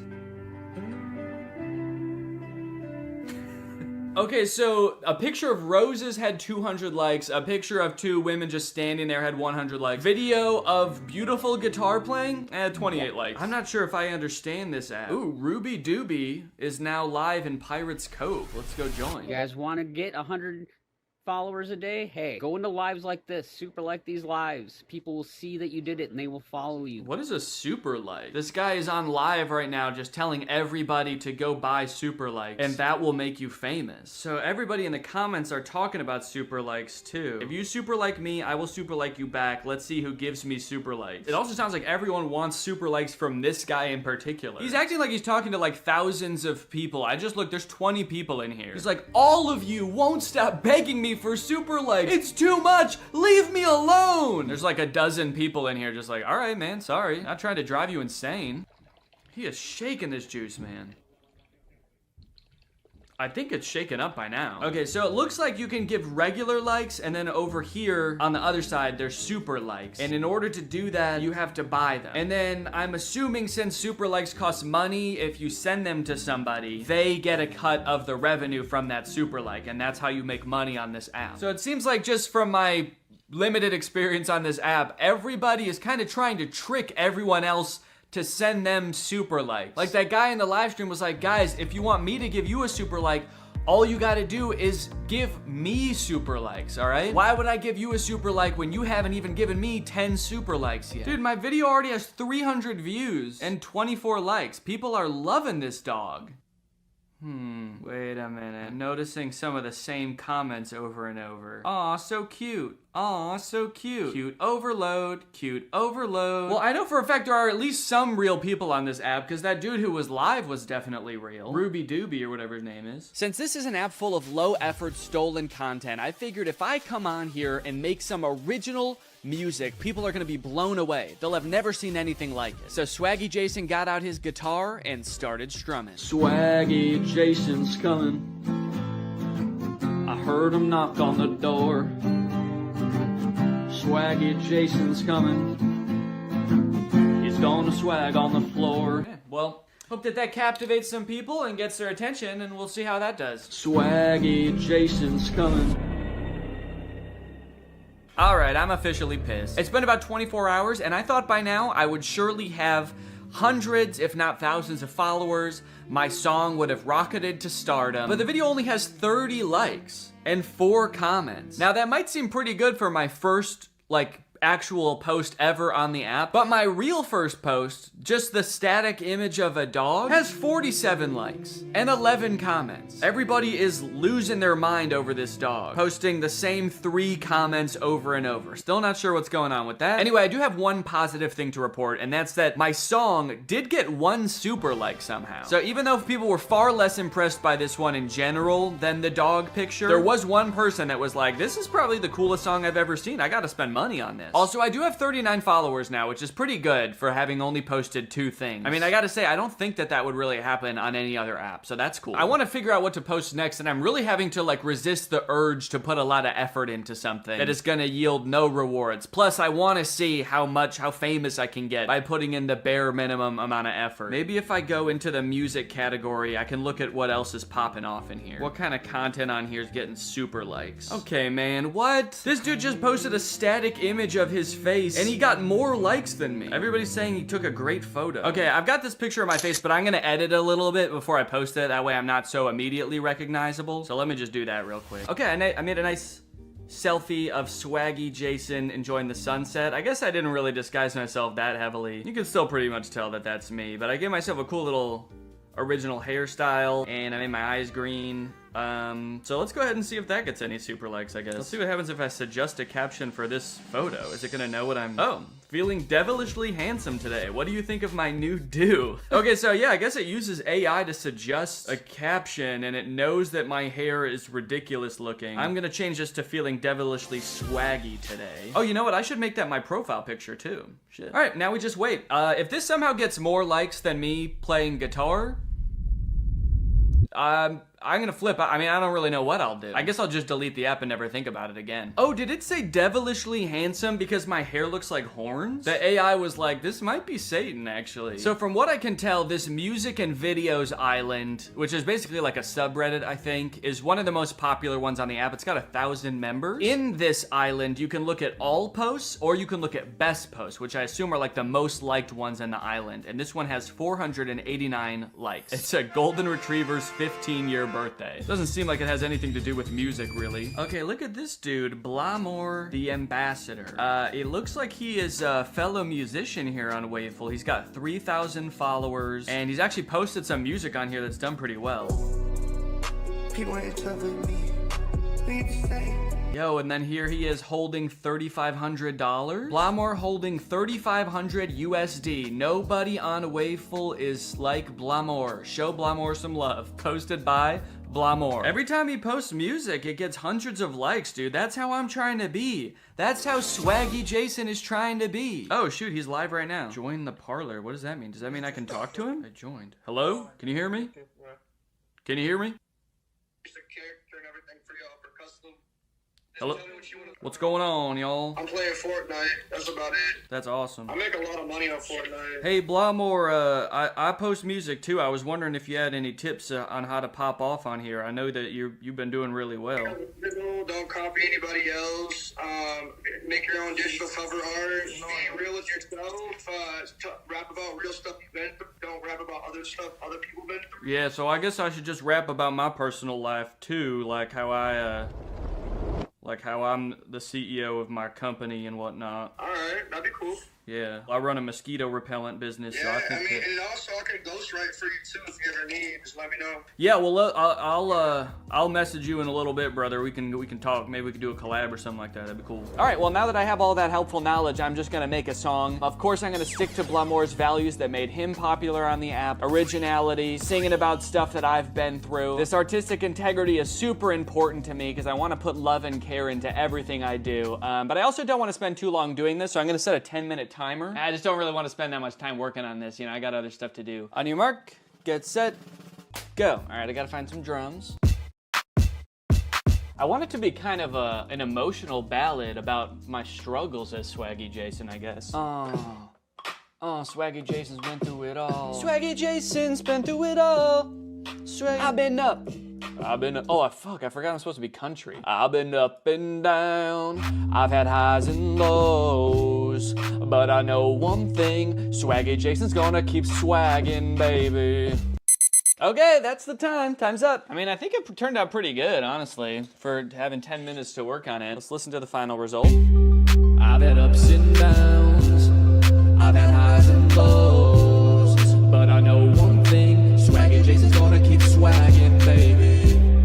I'm a CEO, I'll make $1 million, and I know one thing, Swaggy Jason's gonna keep swagging, baby. All right, well, I feel pretty good about posting this. I'm gonna post it in the same island, the music and videos island. And I feel pretty confident after talking to Blamour that this is gonna be my most successful video yet. I'm gonna take a oh, shit. Probably not a good sign for your music career if hearing your own music scares you. Oh, that's not good. I'm gonna take a page out of Blamour's book and hype myself up a little bit in the caption. Swaggy Jason is a popular new singer in the industry. Show him some love, y'all. And here we go, posted. I'm a CEO.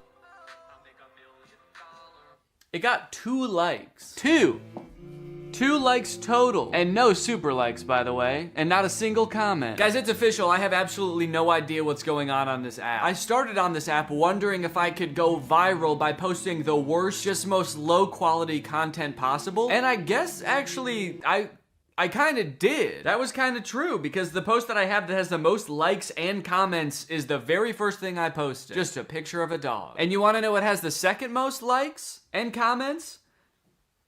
Just a picture of me. And then the thing with the least amount of likes is the song that I actually produced and made originally just for this app. Also, I did post one more selfie after this to see if I could recreate the success of the first one. But this one actually only got 2 likes also, so I don't know. Maybe I'm shadow banned on Waveful. Actually, now that I think about it, remember how quickly I was gaining views on the first few videos I posted? Now look at this one, it's just frozen at 33 views. I think I actually am shadow banned. They're trying to censor Swaggy Jason. I don't know what I did wrong, Waveful. I mean, I got on here, I gave it my worst shot, I made bad music, and didn't really interact with anybody. So why aren't I famous yet? Lastly, we have Clear Social. This is the fewest ratings I was able to find on any social media app on the entire App Store. As far as any of us know, only 3 people in the world have ever downloaded this app. As far as what the app actually is, I'm not really sure. The descriptions are super vague. Participate in the trendiest of trends. Right on your feed. Finally, trends on my feed. Usually I gotta go to Timbuktu to find these trends. Watch more videos, consume less data. Don't know what that means. Don't just watch, chat with your favorite creators. All 3 of them. So it kind of seems like the most generic social media app ever. However, all of its 3 ratings are 5 stars, so the people are loving it. My goal on this app might be really easy or really difficult. I guess it depends how things look once I get in there. But my goal is to try to become the most followed person on this app. I want to be the King Batch. I want to be the Mr. Beast of Clear Social. Clear Social would like to send you notifications. Absolutely. I'm gonna need to know when I'm blowing up on here. Okay, you can view reels shared by other users here. This is actually kind of weird. It's like giving me a tour of the app and the only option is to skip the tour. There's no like next button. I don't even know where I tap, like how do I continue the tour? I feel like this app has such a low self-esteem. It's like discover hashtags and watch reels, but you probably don't care about any of that. You think I'm stupid, don't you? Looks like the first video it's showing me was maybe posted by the official Clear account. And it's got 0 likes, so that's great. That's a good sign. And you know what? I'm kind of sick of coming up with aliases and fake names on these apps. On this one, I'm just gonna be me. It's called Clear Social, you know? Maybe it's all about being transparent, being the real me. Type username. Actually, this is a good opportunity. There's so few people on this app, I could probably get a really good username. I wonder if I could just be D. Okay, sick. I got the username D. I like that it really zoomed in on my picture. It was not that zoomed in when I took it. All right, well, let's explore what videos are on my feed. Okay, we got like a cool baseball video with 0 likes. We got, whoa, a guy riding around on a motorized recliner with 0 likes. A like! And 2 comments. It seems like the vast majority of videos on this app have either like 0 or 1 or 2 likes. The most followed person I've been able to find so far is this dude, Ask Dom That, and he has 13 followers. That's the most followers I've seen on this entire app, so if I could get 14 followers, then I would be the new king of this app. Even this account called Trending, which seems to be like an official Clear Social account, only has 6 followers. So there's not a ton of competition, but I guess that also means there's not a ton of people out here who are even following people. There's also this chatter section of the app, which I think is basically just like a Twitter. And it looks like nobody's even posted anything on here since July 24th, which right now is 7 days ago. And then the post before that was in May. So I don't even know if people are on this app that often. But I guess there's only one way to find out. I'm gonna try to create some posts that appeal to the widest range of people possible. Maybe I'll start out on this Twitter section. Can I just type a little chat? One thing I've learned from Mr. Beast, you gotta hype yourself up. That dude is always talking about how his chocolate is like the best chocolate in the world. We all know it's not, but that doesn't stop him from saying it and tricking 8-year-olds into thinking it. So I'm just gonna post, hey guys, I'm new here. Follow me to see some incredible stuff. Really hyping myself up here. Okay, post. After I made that post, I decided to take a break for a couple days. And when I say a couple days, I mean more like a month and a half. And when I say I decided to take a break, I mean I had a baby. So, surprise! I have 2 kids now. So I've been pretty dad-pilled the last month, not really thinking much about Clear Social. I decided to open it up for the first time today to the bitter realization that that post did not really work at all. I still only have 4 followers after all that time. So right now I'm just kind of pissed off because it's like I had that whole month, and what do I have to show for it outside of a beautiful new life entering the world? Anyway, it was time to get back into Clear Social, so I came in today with a plan. My plan to become the most followed person on Clear. There's not many people who are active on Clear. In fact, since I made that post, there have only been 6 different posts in the chatter tab, and 5 of those have been from the same person. So it kind of seemed like it was gonna be a challenge to even find active people to follow me. So what I did was make a video where I said I would be following back anybody who followed me. I posted that video, it got 0 views. Time for plan B. My second idea was to just start following a bunch of people in hopes that they would follow me back. So I scrolled down my For You page, and every video I saw, I followed the person who made it. I went to the list of people following them, and I followed all of them. Then I went to each one of those people, and all the people following them, I followed them. To the point where I think I actually am now following every single person on this app. I'm following 55 people, and I think that's everybody who's ever had any kind of interaction on this app. I followed every commenter, every follower, every poster. So if I wasn't gonna become the most followed person on the app, I will at least become the most following person on this app. And you know what? My plan kind of worked because I gained 1 follower. So now I have 5. It made me wonder, like, who are these people? How did they discover this app? This is at the very depths of the App Store. Like, I would never have heard of this app if I wasn't searching for the least popular social media app. How did these people find it? It was a mystery, to be sure, but I didn't have too much time to think about it because I was doing something else at the time. It wasn't all good news though, because while following people, I came across an account that had even more followers than the person who I thought had the most followers. This dude, Aaron, has 24 followers. I only thought I needed like 15. And it looks like I made the mistake of following him, actually. I don't want to even add to his follower count. I'm going to unfollow him. Now he's only got 23, so this is going to be a piece of cake. So there I was with 5 followers, like a 1/5 of what I needed to be the most followed person on this app. And I was running out of hope, but I did have one more idea. What if I just make 20 accounts, 20 fake accounts, and follow myself using all the accounts? So yeah, I did. I spent like an hour just creating fake accounts, and you can see them now in my following list. Danny fake account 1, Danny's fake account 2, Danny's fake account 3, Danny's fake account 4. I was having a blast. You can tell, you can even see in the profile picture, I was having a lot of fun at first. Then it ended up kind of taking longer than I thought, so as you scroll down, you can tell I'm really starting to get bored with the process. But eventually I perked back up again, and by account number 20, I did it. I was happy again because I knew that after I followed myself 20 times, I now have 25 followers on the Clear app. I am the most followed person that I've seen, and I think I've pretty much seen everybody on there. So, and I actually thought that guy had 24 followers because I didn't realize I was following him. So I actually have 2 more followers than him now. So for the first time in my social media career, I've accomplished something pretty special. I've become the most followed person on a social media app. I am the King Batch. I am the Mr. Beast. I am the... Who's the most followed person on TikTok? Is it Cobby Lame? Is that his name? I am the Cobby Lame of Clear Social. And you know what? That might not seem like much right now, but you never know when social medias are gonna just take off all of a sudden, you know? And I'm already in the perfect position now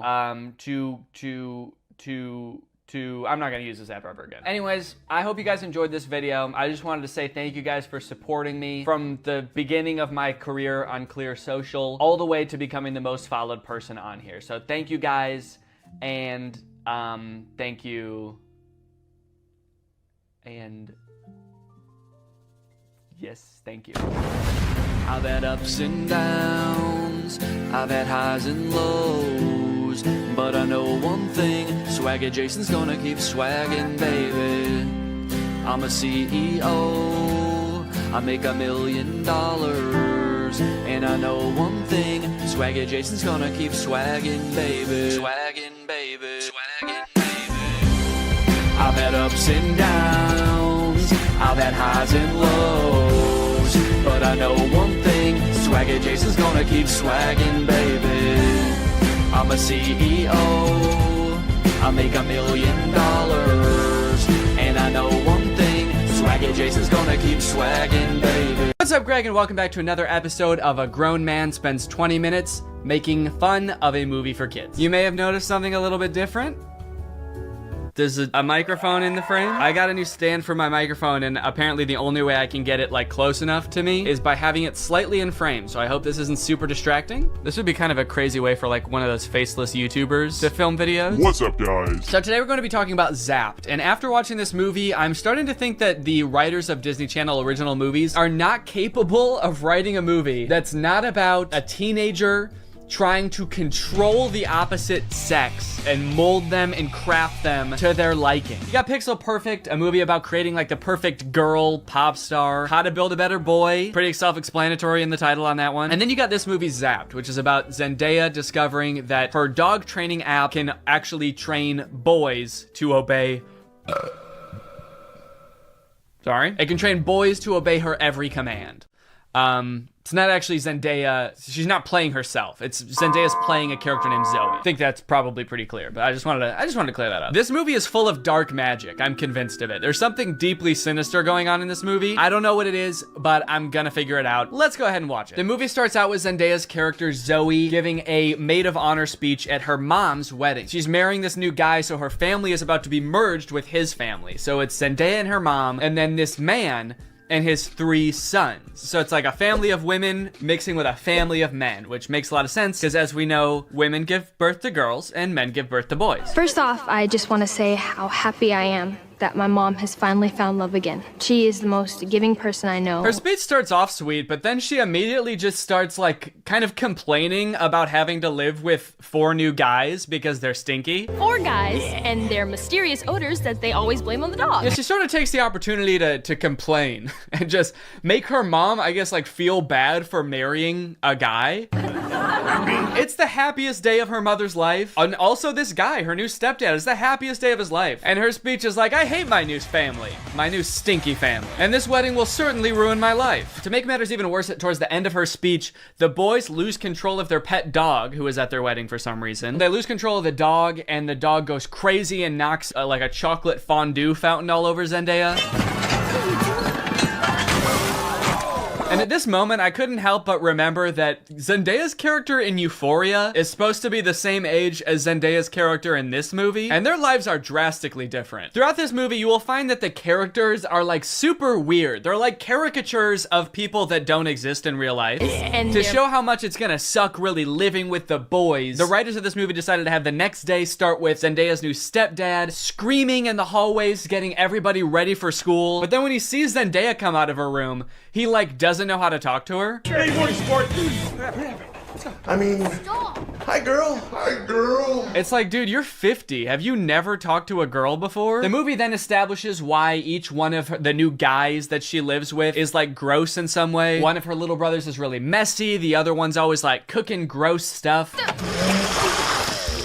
Which is like a weird character trait. I get the messy younger brother, but like the gross cooking younger brother, is that a thing? Is that something I'm supposed to be able to relate to? And then the oldest of the brothers is like always frantically running around. He's like always late for something. He's really scatterbrained. My pants. Where are my pants? Where are my pants? Where are my pants? Okay, excuse me, can we just establish a few ground rules here? If you're not wearing pants, please stay out of my personal space bubble. Look, Zoe, I have morning basketball practice and then a players meeting and then a captain's meeting and then even more practicing. Kind of weird to respond to a request about like not invading my personal space when you're not wearing pants by saying like, but Zoe, I've got basketball practice. Like he fully like bumps his butt on her while getting ready in his underwear. And she's like, can you not do that? And he's like, sorry, sometimes when you're busy, you just gotta rub up on your stepsis in your underwear. What don't you get? I'm in many extracurricular clubs, okay? Along with moving into a new house with all these boys, she also starts attending her new school, which is the school that her brother goes to. And you know how in Disney movies, there's always like the distinct cliques, like there's the popular crowd and then there's like the stoners, but they never say stoners in the Disney movie. They're just kind of like, these are like the kids who wear jean jackets. This movie has the most insane high school posses ever. You got the skateboard boys. Okay, that's pretty normal. The next group she sees are the shirtless workout boys. And then just the straight up stinky boys, where the only like defining characteristic is that they're dirty, flea-ridden, smelly boys. You can hear like flies flying around them. What clique is this supposed to be in high school? And then there's the popular group, one of whom is also pretty stinky himself, actually. The Tripster? The Tripathon? It's me. I'm Trip. Oh. Fart bomb. Oh. The movie sort of writes this off as like, well, this is just something boys do, you know? New school, you gotta kind of accept what boys come with it, you know? Boys will be boys. No, that is actually not what boys do. That is something that just one very specific boy does. It's me. I'm Trip. And he needs to be stopped. I cannot remember a single moment in high school where a boy walked up to a girl, let alone like the new girl who's already like scared and doesn't know anyone and is like, hey, I'm gonna fart in your face now. Welcome to the school, smell my ass. But it's not all bad though. She does make a friend on her very first day. And in typical Disney Channel movie fashion, she is wearing a fedora. Every Disney Channel movie has to have a token fedora blazer wearing character. But the boys here are cute, aren't they? All of them.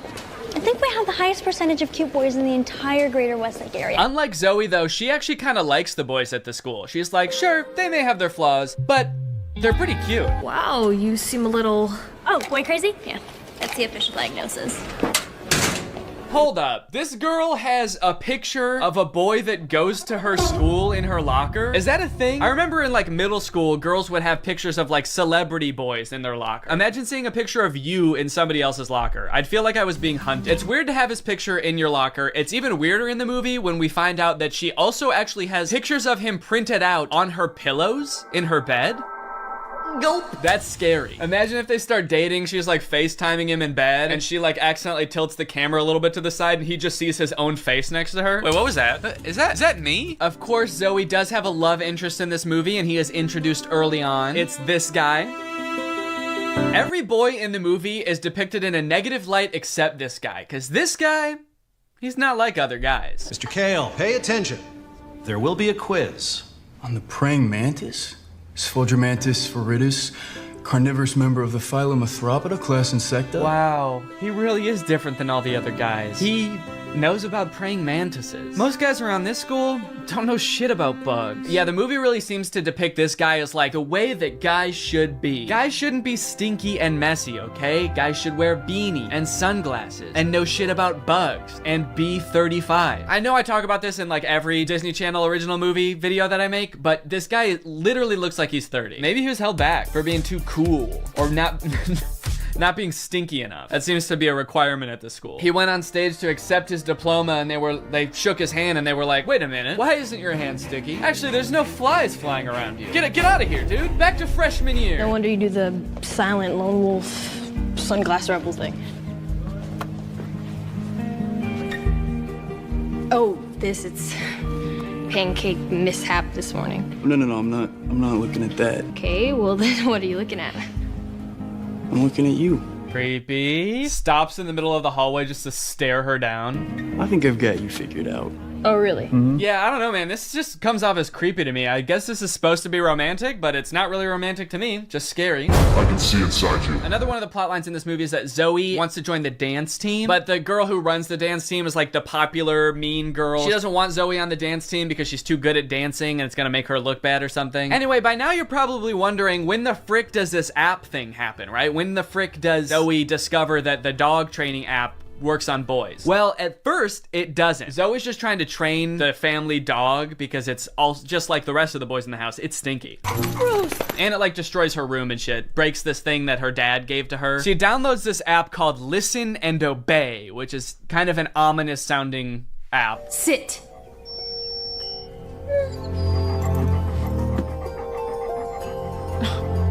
Shake.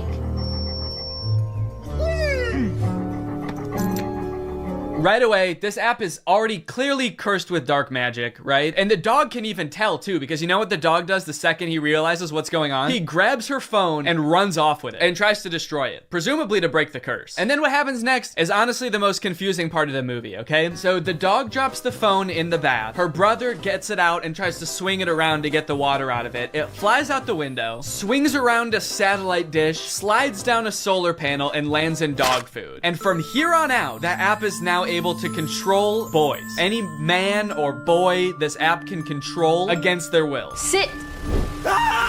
And at first, while watching this movie, I didn't even think it was that weird. I didn't even give it a second thought. I was just like, okay, yeah, so something magical happened and now it can control boys. That makes sense. But like, what? What happened to the phone? I don't understand how solar panels and satellite dish changes the app from dog-based to man-based. Like, you'd think at the very least something having to do with like men would happen to the phone. Like the phone lands in like a bucket of buffalo wings or like flies through a football field. I'm just curious to know if that fucked up other apps on the phone or if it's just the dog training app. Now, whenever a boy likes one of my tweets, he goes into a coma for 3 years. And don't even get me started on the weather app, because every time I check that, boys start falling from the sky. Anyway, let's just say now that she's got the ability to control boys, she has a little bit of fun. Boys are acting weird. Dude, he farted twice in midair in such rapid succession. They added in 2 fart sound effects. Kind of impressive. I'm trying to imagine how she's gonna use the app to get herself out of this one. Stop farting. Take it back. Take the fart back. Suck it back up into your ass. Oh, how am I doing this? But no, she just uses the app to utterly humiliate him in front of his friends. Go to the bathroom.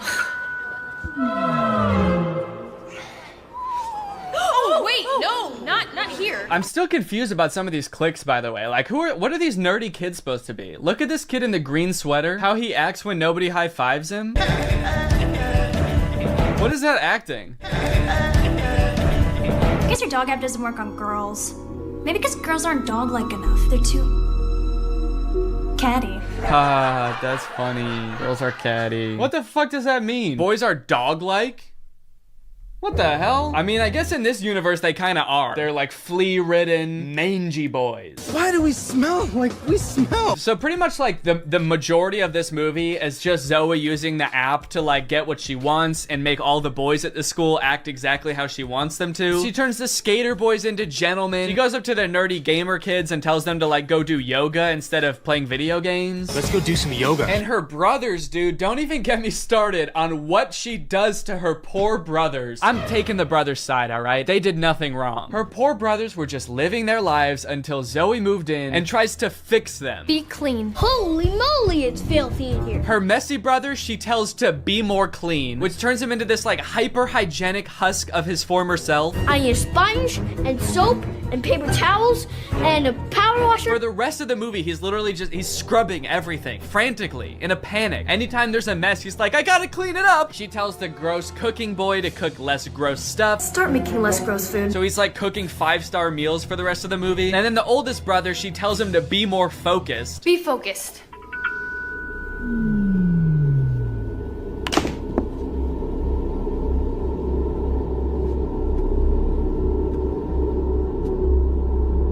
Lampshade. The boy is just like focused on inanimate objects for the rest of the movie. He's just like staring at a lamp or at the basketball net. She turns her own family into like mindless zombies and she's like, this is better. This is nice. It's creepy, dude. It's eerie, this movie. In all honesty, dude, this show walked so that WandaVision could run. This is basically WandaVision. In fact, since they're both owned by Disney, I wouldn't be surprised if this was in the same universe. This is like a prequel to WandaVision. This is where she gets the idea. It's kind of funny how low the stakes are considering the power that she holds. She could like take over Wall Street. She could get rich. She could make anybody do what she wants. Any man. She could fix every war. Create world peace. In fact, I think her friend says that at one point in the movie. She's like, we could end every war with this. And Zoe's just like, yeah, we could, but I simply will not. I think it's more important that my brother stares at a lamp for the rest of his life. That's kind of the shit I'm on. Things aren't nearly as terrible as they were.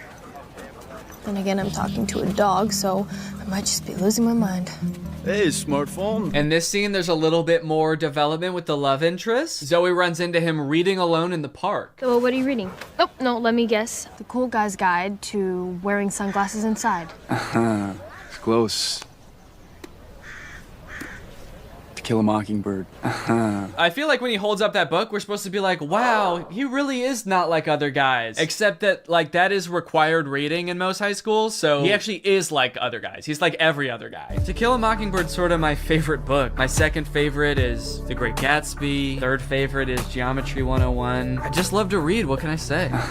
Eventually things start to get a little crazy at school, and Zoe realizes that she probably shouldn't be controlling people like this anymore. People are getting into fights and stuff because the new cliques at school are just like not meshing well. So Zoe's like, all right, I'll just make them stop. And she tells the app to stop. And then of course, everybody just stands still and freezes. And so she's like, oh no, I can't reverse the commands. If I tell them to stop, they're just gonna literally stop. And so then like many more days go by and she's just like, well, I guess I can never reverse the thing. And it's like, well, what if you just said, hey, ignore all the commands I gave you, instead of just saying stop and being like, oh, it didn't work. The movie continues to get even more dark to like a startling point. There's a creepy ass scene where the whole JV dance team wants to resign because they don't like dancing anymore. And Zoe's like, how about I use the app to make you dance instead? And so there's just a scene of them all like sadly dancing because their hearts aren't in it, but they are being like physically forced to dance. And the movie even goes so far as to make Zoe force the love interest to kiss her with the app. Kiss me.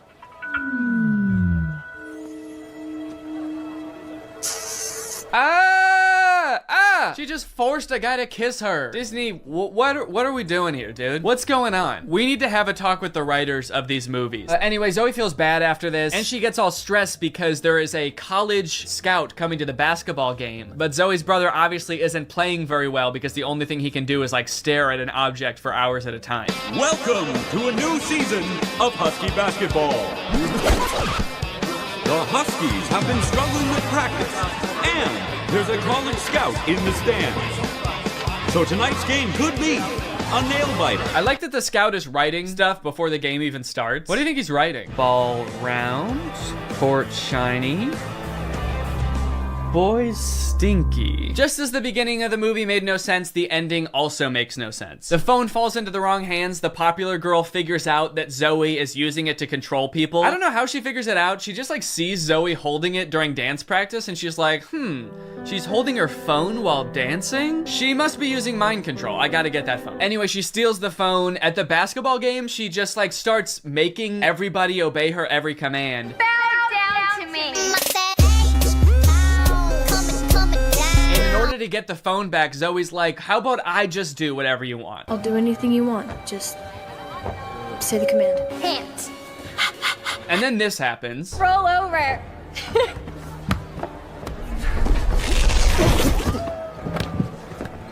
How did you? I'm your brother. We stick together. Sorry, what? He just broke the curse. Like the spell that everyone is under, he just like got up and he's like, I'll do it with you, I'm your brother. Don't worry about it. It's like, I'm sorry, is that what breaks the curse? Being a brother? Being her brother? And then eventually like her whole family is able to resist the app and get on the ground with her and start doing it. And it embarrasses the popular girl. And they, like the only explanation for it is this. Why isn't this working? Because everyone knows you can never make a dog turn against its own pack. The rules to this movie, the lore does not make sense. I guess that's just how Disney Channel movies go. In the end, everyone sort of learns that like, hey, girls have things that girls do that are weird to boys, and boys do things that are weird to girls. And that's just how we need to leave it. Which in some sense I would agree with. Not in this movie though. The boys are disgusting in this movie. They need to change something about themselves. I think that there could be some middle ground between her mind controlling them and them just being utterly repulsive. Anyway, the moral of the story is like Zoe realizes that she is not God and should not have unilateral control over everyone's lives, and they all live happily ever after. Well guys, we may never be able to control boys using our smartphones, but you know what we can control? Our money. Thanks to today's sponsor, Current. Do a flip. Do a backflip. Sit. Speak. I love you, Father. Good boy. That's right, guys. Today's video has been sponsored by Current. Current is the future of mobile banking. You guys have heard me talk about how awesome Current is before, how flexible they are, how transparent they are with things like no hidden fees. But today, I've got something new to talk about, and that's interest. Because Current just launched a new feature called Interest where you can earn 4% APY on your money. That's 4% for your money literally just sitting there. That's right, you don't gotta be throwing money at the stock market or buying NFTs and investing in cryptocurrency to get some return on your money. With Current's interest feature, you literally just get 4% for your money just sitting there. And as if that's not already enough reason to start using Current, I am once again going to be giving away $5,000 with Current's help. So go ahead, download Current, make an account, use the code DannyInterest for a chance to win, and so you don't miss out on that 4%. Signing up for Current is totally free to do. You can do it right now. So honestly, there's really no reason not to. All right, well, thank you to Current for sponsoring this video, and thank you to you guys for checking out Current. They've been a long-time sponsor of the channel. They've helped me do some amazing things. So make sure you check them out. And goodbye. Bye. What's up, Greg, and welcome back to the Beef Zone, baby. This is where we talk about the internet's hottest drama going on right now. Today we're going to be talking about Axel Weber. He's a TikTok star, and he's already started one of the year's most insane internet quarrels. I don't particularly talk about internet drama too much on my channel, but I had to do an installment of the Beef Zone just this once because this is a pretty unique case. I don't think I've ever seen anybody start an internet beef quite like this before, and that's because this dude Axel has started a feud with a college. This dude has started beef with a 4-year accredited institution. I've never seen that happen before. Other influencers are out here starting beefs with each other because of like messy breakups, problematic tweets. This dude's out here starting beef with institutions. That's crazy. I'm gonna start doing that. The DMV, you're done. You're canceled. I had to wait in line once 5 years ago when I got my license renewed. You're done. Everybody go harass the DMV now, please.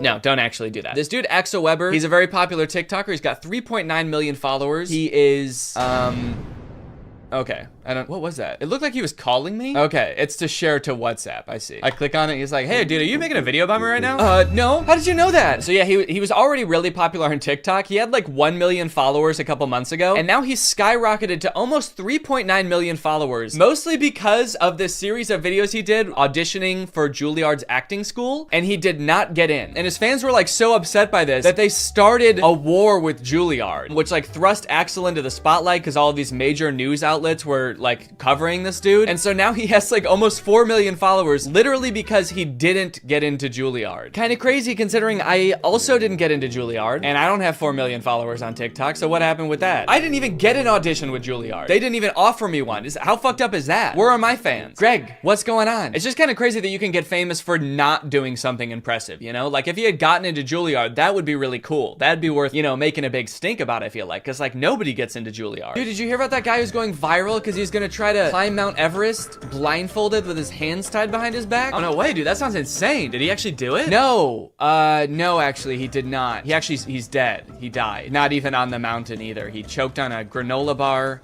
on the flight to Mount Everest. And he's going viral? Yeah, dude, his funeral has 800 million likes. So I feel like to fully appreciate this story, we kind of have to go back to the beginning where it all began. So in December of 2021, just about a month ago, Axel had just moved to New York. He's pursuing acting. He's making a bunch of TikToks about living in the world's smallest apartment, and he has just hit 1 million followers on TikTok. Hi, we just hit 1 million on TikTok. Come on.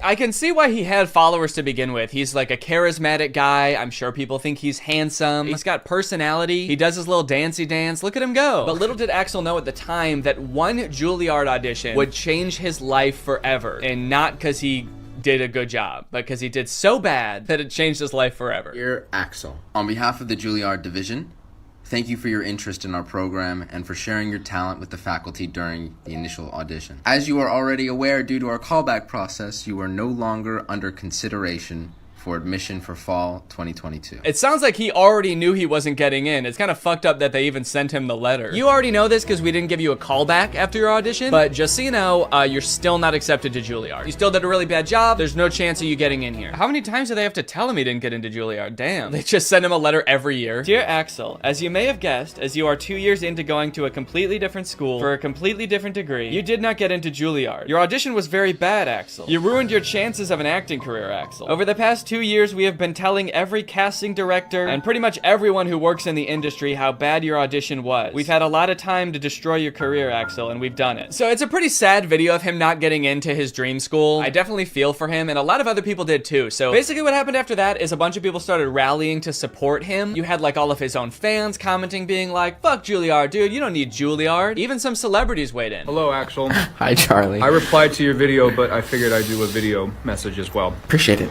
Not only did I not get into Juilliard, but I didn't get into 5 of these prestigious schools that I wanted to get into that I thought could better my career. Don't believe it. And while I do think school is great, and I did end up going to Berkeley, a prestigious conservatory for the arts is not going to be the thing that defines your career as an actor. Honestly, I mean, it's a sweet sentiment, and I agree with the message. You know, not every famous actor went to a super prestigious school like Juilliard to learn how to act. You know, some just had rich parents, and so that's how they got into it. Lucky for him, I feel like he seems to like Charlie Puth. I feel like this video would not be nearly as impactful if it was like some guy that Axel does not care about. There's a video of Vanilla Ice being like, take it from me, Vanilla Ice.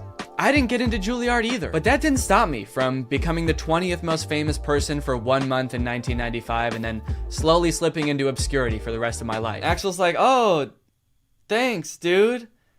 Does anyone else want to chime in? Did anyone else not get into Juilliard? Someone with like a lifelong body of work? Someone with a really impressive career? It wasn't just like celebrities reaching out to Axel either. There were like different organizations being like, hey, you don't need Juilliard, dude. Come work with us and we'll get you to where you want to be in your career. I didn't get into Juilliard. We know that. And I did get another letter to prove it. This is the 17th one they've sent me now. But I did get a modeling contract with one of the largest agencies in the world. So I am a little confused about how this happened or why Axel seems to be so like excited about it. It does seem to be like totally unrelated to what he said his dream was. I thought he wanted to be an actor and go to a prestigious acting school. Like, does he even want to be a model? I don't know if he's ever mentioned it before. I watched a few of his TikToks from like before that, and it seemed like he really wanted to be an actor. It's like a totally different industry. All right, guys, you know that my dream of becoming a professional actor didn't work out, but I am still gonna be working in the industry, it turns out. I got a job at a movie theater. I think I may be able to work my way up from there. I think you'll be seeing me on the big screen real soon. It's just weird to see him going from not getting into a school that he wasn't qualified for to getting a job that it seems like he is even less qualified for, because I assume he at least had some sort of like acting prowess or like did some sort of acting before he started applying to acting schools. But modeling, it's like he didn't even want to do that before. Not only did he get a modeling job out of getting rejected from Juilliard, he also got a New York Times article. We just made the New York Times. When Axel Weber was rejected from Juilliard, the internet stepped in. The article is basically covering how all of Axel's fans flooded the Juilliard Instagram account to like lambast them in the comments, which to be fair, Axel does say like, don't do that. More than anything, we cannot bash Juilliard though. They're just doing their job. I don't want to lead you into thinking that Axel like actively encouraged this and like caused this to happen. Like he was like, fuck Juilliard. Everybody ripped them to shreds in the comments, but his videos did unintentionally have that consequence. And it's pretty crazy to read some of the comments that people have left on Juilliard's Instagram account. Let's take a look at some of them. Their most recent posts have like 0 comments, 1 comment, 6 comments. Let's go to around the time this Axel Weber drama was going on. 1,000 comments, 2,000 comments, 18,000 comments. 18,000? Dude, what were people saying? Let my boy Axel in, he deserves better. Let Axel in! Get my boy in. My dog died on campus and they tied me up and made me eat it. Doesn't have anything to do with Axel. Dude is just straight up slandering this university because his boy didn't get in. Don't worry, Axel. You should be glad you didn't get in there. All right? They made me eat my pet. You're gonna regret it when that man wins an Oscar. I honestly don't even think that they would regret it if he like ended up having a successful acting career. They really only care about the people they did admit having successful acting careers. In general, I've seen a lot of comments that have the same tone of like, I bet Juilliard wishes they never rejected my man. And it's like, yeah.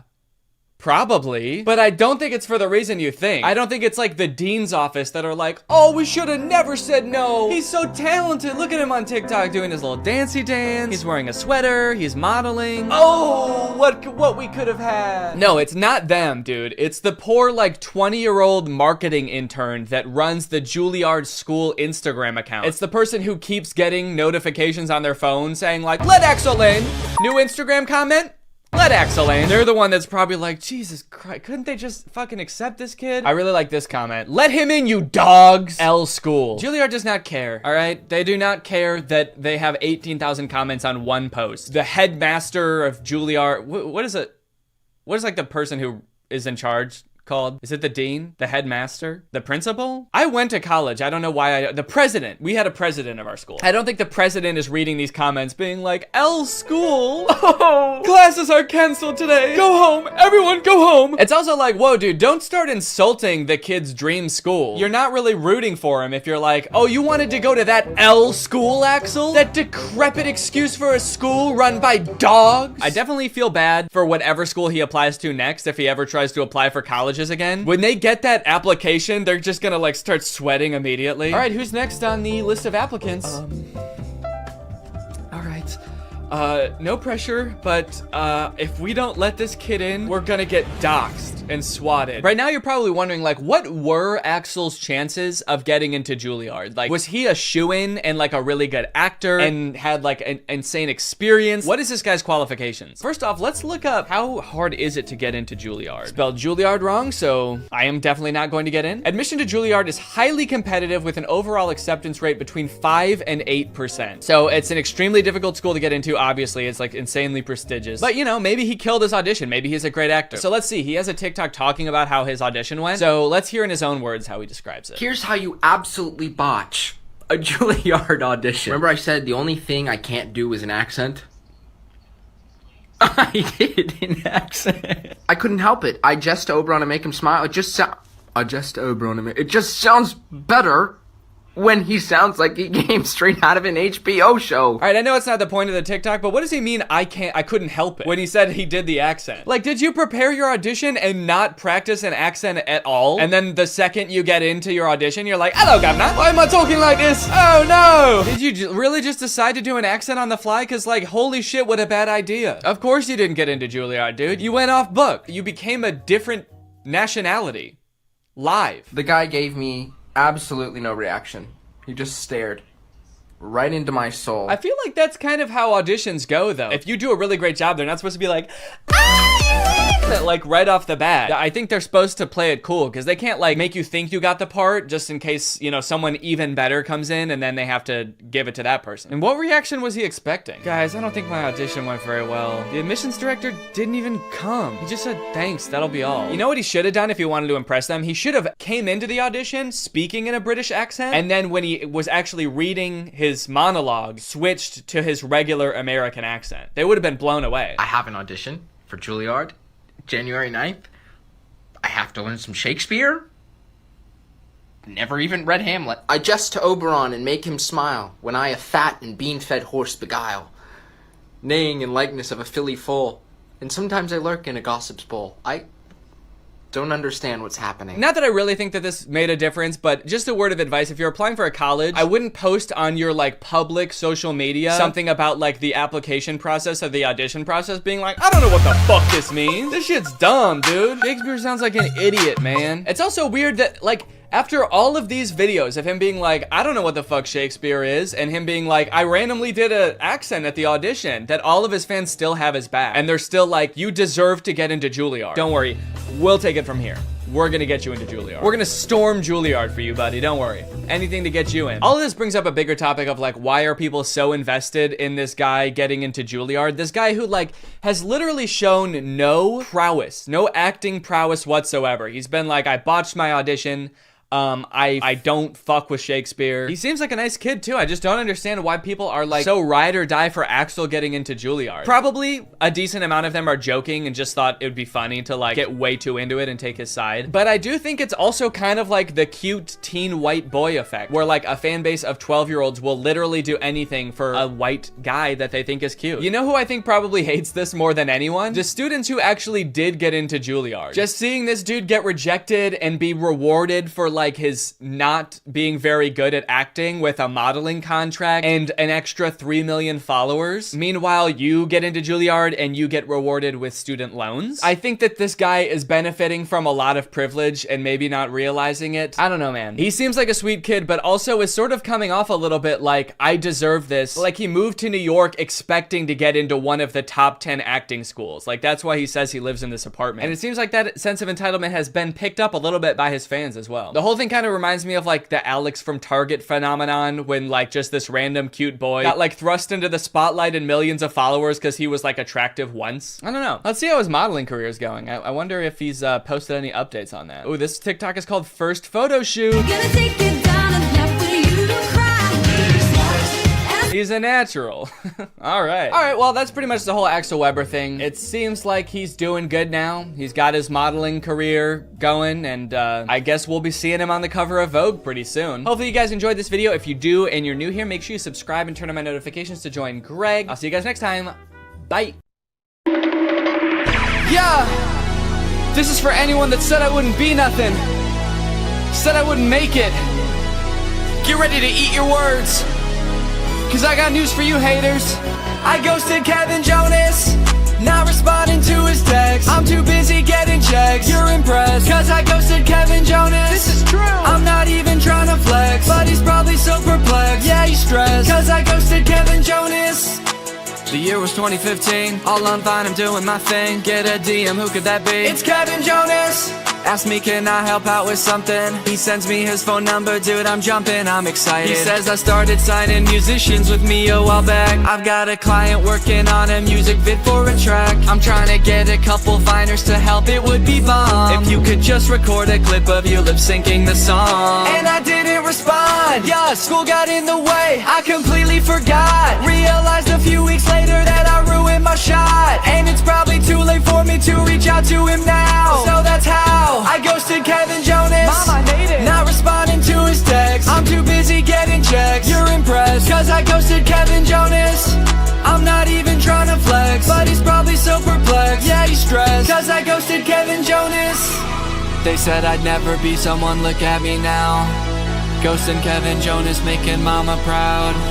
Even now it's probably still haunting him, wondering when I'm gonna respond to him. But I'm not surprised. When I see him on TV, I still see pain in his eyes. Kevin, if you're out there, I'm sorry for being a dick. And this might not make you feel better, but I wish it was this. I ghosted Kevin Jonas, not responding to his text. I'm too busy getting checks. You're impressed, cause I ghosted Kevin Jonas. I'm not even trying to flex, but he's probably so perplexed. Yeah, he's stressed, cause I ghosted Kevin Jonas. 800 new texts from Kevin Jonas. Hey, but it's been 7 years, I'm starting to think you don't like me, haha. Just kidding, but seriously, what the hell? You can tell me to fuck off, I won't care. You son of a bitch, I trusted you. I ghosted Kevin Jonas. I ghosted Kevin Jonas, not responding to his text. I'm too busy getting checks. You're impressed, cause I ghosted Kevin Jonas. This is true. I'm not even trying to flex, but he's probably so perplexed. Yeah, he's stressed, cause I ghosted Kevin Jonas. What's up, Greg? I hope you're having a great day. Today, I have a very special video for you guys because I am joined by Chad Chad. Hey. Chad Chad is waving, and she's dancing, and she's so happy to be here. I actually can't see her because of the way that this call works, so... I think you're gonna be shocked at the dance moves that I just pulled. I practiced them before I came on here. That makes sense. And if they're not, I'll just edit them so that they are really cool. Okay, well that won't be necessary, but okay. If you feel like you need to do that. I do. Okay. Well, I'm gonna go. Chad, I've got a really exciting video topic for us today. Have you ever seen this account? It's called Fabiosa Animation. Well, I'm still looking at your Audacity. What? So, yeah, I have seen this before, actually. Oh God, no. Can you see Fabiosa Animation now? My fiance married my sister. Yeah. Okay. Yay. You have a lot of bookmarks. What, these? Those. Are you impressed? No, I'm stressed. They're important. You never know. I might have to like get some royalty-free music really quick, or go to therapy. Doctor. This is a mood, honestly. Well, thank you for totally lambasting my desktop setup here. You're welcome. That's what I came to do. Yep, and now you can go. Okay. I threatened to leave for the second time in like 10 minutes. It's kind of funny because I can't see you, so I actually wouldn't know if you left for a second, like if you just were silent. Let's get into the video. This account is called Fabiosa Animation. Their account is described as a place where you can discover other people's stories and share your own ones. So we're like co-owners of this page. We can post post on here? Yeah, I guess so. Well, first off, it seems like all of the stories here are true. Of course they are. And we somehow should have access to post our own animated stories to this account. I have a few of those. Let me just upload those real quick. All right, so let's play this. It's called My Fiancé Married My Sister, as you saw. First off, it's way too loud. I don't know if it is for you, but I'm gonna turn that down. Can't hear. Oh my God, can you hear this? Yeah, I can hear it, but now I can't see the screen. Oh, goddamn. So, do I have to choose between like the audio or being able to see it? No. If you want me to pause at any time, let me know, since you can't do that remotely. Okay, is there like a code word for pause that I should use? You have to say... Synonym for pause. Adjourn. All right, yeah, we'll use adjourn as our code word. I went on a date instead of my twin sister because she broke her leg. Bruce was like a man from a fairy tale. Who is Bruce? Why do they say Bruce like we're supposed to know who Bruce is already? The whole story starts like we're in the middle of a conversation, or like we've known these people for years. Like, why? What happened to her leg? And it's just assumed. It's like I went on a date instead of my twin sister because she broke her leg. As you know, how she broke her leg. And since she broke her leg, the next logical thing for her to do is get somebody else to go on the date with her. Because you can't postpone dates. That's how you lose a man like Bruce. And you don't want to lose a guy like Bruce. He's a great guy. Well, yeah, he's like a man from a fairy tale. tale. You know, the type of man who will break up with you if you're late for a date. If you're late for a date because you broke your leg. It is kind of interesting they use the phrasing, Bruce was like a man from a fairy tale, because there are like really nice, you know, like Prince Charming type guys in fairy tales, but there's also like witches and like evil men in fairy tales as well. Jekyll and Hyde, is Jekyll and Hyde count as a fairy tale? Would that be a fairy tale? I feel like fairy tales are stories you tell the kids. I feel like that was like an adult horror novel. I tell my kids about Jekyll and Hyde, the many kids that I have. And how many kids do you have? How many is the max of kids you can have? I actually have this bookmark. What is the legal number of kids you can have? All right, well, let's figure out if this guy broke her leg or what. You're gonna go out with Bruce until my cast comes off.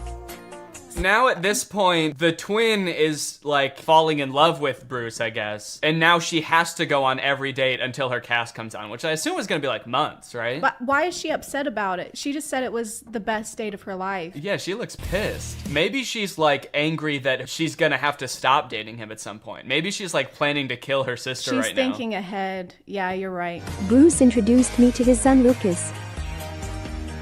Lucas never spoke after his mom died. The music in these is also like a little bit too like peppy and... Yeah, it's a little too happy. Lucas never spoke after his mom died. Lucas was a deeply troubled child, and I'm like banging my head over here. Is horrifically traumatized. But it looks like he's about to speak, if I had to guess. He looks pissed. He never let anyone near him. She's pretty near him. Adjourn. She's pretty near him. Adjourn! She's near him! She's near Lucas. Adjourn! Do you think we should just play this on like 1.5 speed? Yeah, I hope you can read fast. I managed to get through to the lonely little boy. The little lonely boy. Oh, the little lonely boy. You can't mix those two up. All right, let's see how good the music is at 1.5 playback speed. Laura's cast was off, and she could walk again. I'm finally gonna meet Bruce. I don't know if this is just a weird way to word it, but she's like, I finally get to meet this guy. I'm just trying to think of a situation. So if this was like an online dating kind of thing, right? Where they haven't met yet, and then she breaks her foot, and she's like, oh, well, I don't want him to think I'm a catfish, so you need to go. And you need to date him for a month before I even know if I like this guy at all. So for all we know, like, Laura doesn't even know if she likes Bruce at all. And she's about to go back into this relationship where Bruce thinks he's already introduced her to his kid, and they're like closer than he's ever been to anyone since his mom died. His walls are finally breaking down. He's letting her play with pirate ships with him. He's just a little boy now and not such a little lonely boy. Laura tortured me every day. Adjourn. She's doing what?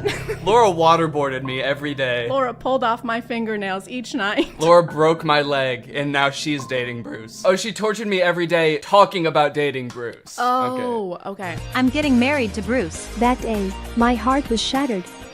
When Laura introduced me to Bruce, he said that my sister and I were totally different. But Lucas recognized me at first sight. A John. I only know one of the twins' names, Laura. I'm just gonna, is it Laura and like Laura part 2? Well, it's Laura and me because this story is like from her perspective. So she never says her name. So this is us. Yeah, this is us. So Lucas is not a little lonely boy anymore. He's a little lonely dog, I guess, that can smell the scent of us and know that it's the true us, the true Laura. Because this isn't how we looked when we knew Lucas. We weren't wearing these glasses before. Maybe we just smell really bad. Oh, I miss my trash mommy. Oh, you smell like shit. I missed you. Laura's relationship with Bruce went downhill before my eyes. Oh. Calm down, your god-awful son. This took a dark turn. This is messed up for Bruce and Lucas. I feel like they need like a true crime doc dedicated to them or something after this. I can't tell if it's weirder from Bruce's perspective or Lucas's perspective, because Bruce thinks this is the same person who loved his son and now is all of a sudden being so mean to him. But Lucas like kind of knows that this isn't. Yeah, he thinks this is a demon probably, and he can't do anything about it because he doesn't speak. So he's just like writing messages like on the fridge magnets. He's like, Laura is Satan. Oh my god, that's terrifying. Call him your god apple. Call me your apple son. Call him little Johnny Appleseed. What's his name? I like that there's one comment on this video and it's just a heart. That could say a lot of things. It's like, I love this, or like, you know, sending positive vibes, get better soon, whoever wrote this. Oh, I just realized that one of the hashtags is karma. So I wonder what's gonna happen to the bad Laura. Well, we don't really know the moral compass of the people who wrote this. Maybe Lucas is gonna get his karma finally. Lucas didn't eat his veggies one night, and then his mom turned into Satan. So eat your broccoli. Laura dumped Bruce and disappeared. In her letter, she said she filed for divorce. One day I got a call from Bruce. He had no one to leave his son with. The princess tricked the prince, and she suffered for it. Well, she's like reading him a story that is like thematically the same as what's going on in their real life. There's actually nothing. That's a blank notebook. She's just making it up as she goes. She suffered greatly for deceiving the prince. Laura was an annoying bitch. Sorry? No, I coughed. Oh, okay. Thought you said adjourn. Adjourn. Yeah, your coughs sound like you're saying adjourn. No, I don't know why. Okay, you just why cough you think like that? Adjourn, yeah. It was you. So now, if you found out this had happened to you, if you were in Bruce's shoes, would you be like, oh, thank goodness you're back? Or would you be like, why the fuck did you lie to me? No, the second one. Yeah, I feel like I'd have a lot more questions. They still haven't explained why they would need to switch places if she had a broken leg. Because you can still do things with a broken leg. Right, unless Bruce on like, right when they matched on Tinder was like, oh, thank God I finally found somebody that doesn't have a stupid broken leg. On the requirements, it says, don't message me if you have broken legs. I'm sorry I lied.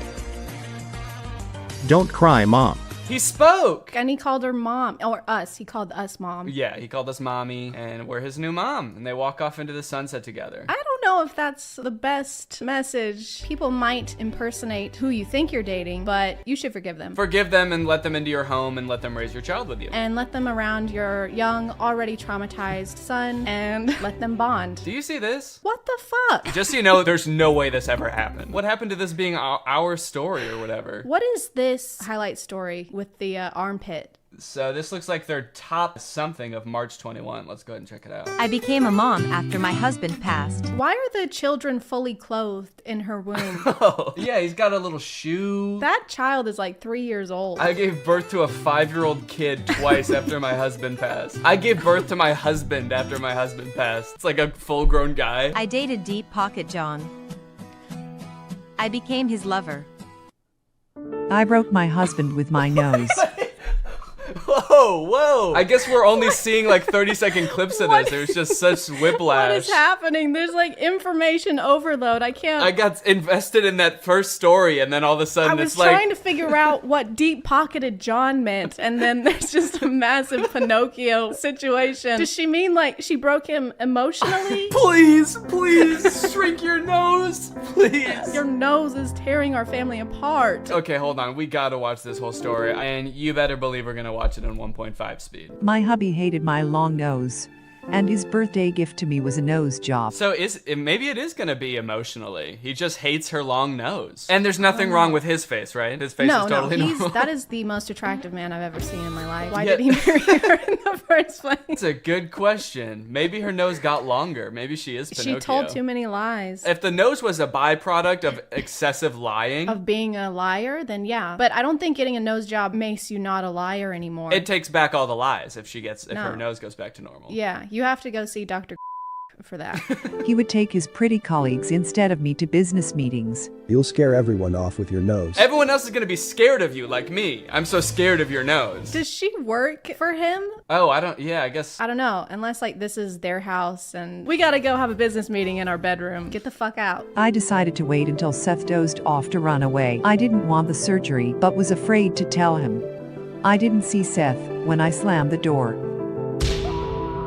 Oh no. Are they gonna give him a long nose during the surgery? The only way we could save you is with a nose transplant. And his wife walks in with no nose and he's like, oh my god. Where's my wife? Did you not know who gave you the nose? Oh my god. My hubby yelled that I'd ruin his life. This is like the worst person in the world and they're going through such turmoil, but she still calls him her hubby. That's what I was thinking. Yeah, it's kind of too much of an endearment to be like, my hubby is an asshole and I tried to run away from him. Oh, my hubby. Aw, my little baby hubby yelled at me. He's got bigger problems than his nose surgery, dude. There's like debris flying out of his mouth while he's yelling at her. His mouth is like upside down. It's like they rotated it. He's got kind of like a fish-shaped mouth, right? I don't know. I've never really looked at fishes' mouths that much. Lucky for you, I've got a bookmark for this. You have a bookmark. Of course you do. They're like kind of upside down style. Yeah, that's kind of what my mouth looks like, actually. And what were you saying about it? I said that's the best kind of mouth that you could have. And for the first time, I went to a business meeting instead of my hubby. No one paid attention to my nose, but they noticed my experience and expertise. That's when I found confidence. She gained so much confidence that her nose shrank. No way. The moral of this story is just don't have a big nose. It like shrinks and then fades to be another nose. Like it gets pretty small and then the animators were like, well, that's too small. And then they kind of fade it to like a normal nose. We don't want to make this unrealistic. I filed for divorce and got everything in court. Well, I filed for divorce and set him ablaze in the courtroom. Wow, she's got some kind of magic going on. My nose shrunk 3 sizes the day I gained confidence, and when I took my husband to court, he started on fire. Burst into flames. I got a raise and filled Seth's position. He didn't want to become my subordinate and preferred to quit. So is he like permanently disfigured now? Like I feel like it's been months and he's still in this face cast. He was talking about how she's ruined his life, but if you mess up your nose, they just put it back. Getting a broken nose is a pretty easy thing to fix, I believe. They just kind of like... And you can also still do your job with a nose cast on. I feel like they don't have a good comprehension on what happens when you get injured. The owners of this page, like if you break your leg, you can't go on dates. If you break your nose, you're gonna get fucking fired. Yeah, these stories are kind of about like, hey, it doesn't matter like what you look like, but it also is kind of like, but it does a little bit. It does a lot, actually. A few weeks later, Seth fell off the radar. Fell off the radar. A few weeks later, Seth went rogue and disappeared into the woods. A few weeks later, Seth became Jason Bourne. Whoa, what? Like, whoa, there's a tornado. Wait, what? A couple weeks later, a tornado swept Seth off the radar, leaving only his shoe in his wake. A few months later, I ran into Seth. He got hooked on plastic surgeries. Oh no. Now he's got a fish mouth and a pig nose. So like, is the moral of the story gonna be, haha, now he's ugly? And so they like started it off being like, it doesn't matter what your nose looks like. And now they're like, unless it looks like that. Unless it looks like a pig. When he saw me, he set off running. I watched him hightail it away thinking, karma truly is a thing. What a profound thought. Wow, it took her a while to come up with that. When you really think about it, karma. That's all I have to say. Don't let anyone make you feel insecure. Love yourself and others will love you too. Wow. That's not what I got from this. Yeah, it's actually her fault that he was an asshole to her. Ladies. Ladies, if your husband is being mean to you, probably your fault. It's your fault. Just be more confident or get a nose job, then you'll be fine. Just get over it. This one's called Her Stepdaughter Ruined Her Wedding Night. This is about to be about another disturbed child. On my wedding night, my stepdaughter came in and took my hand.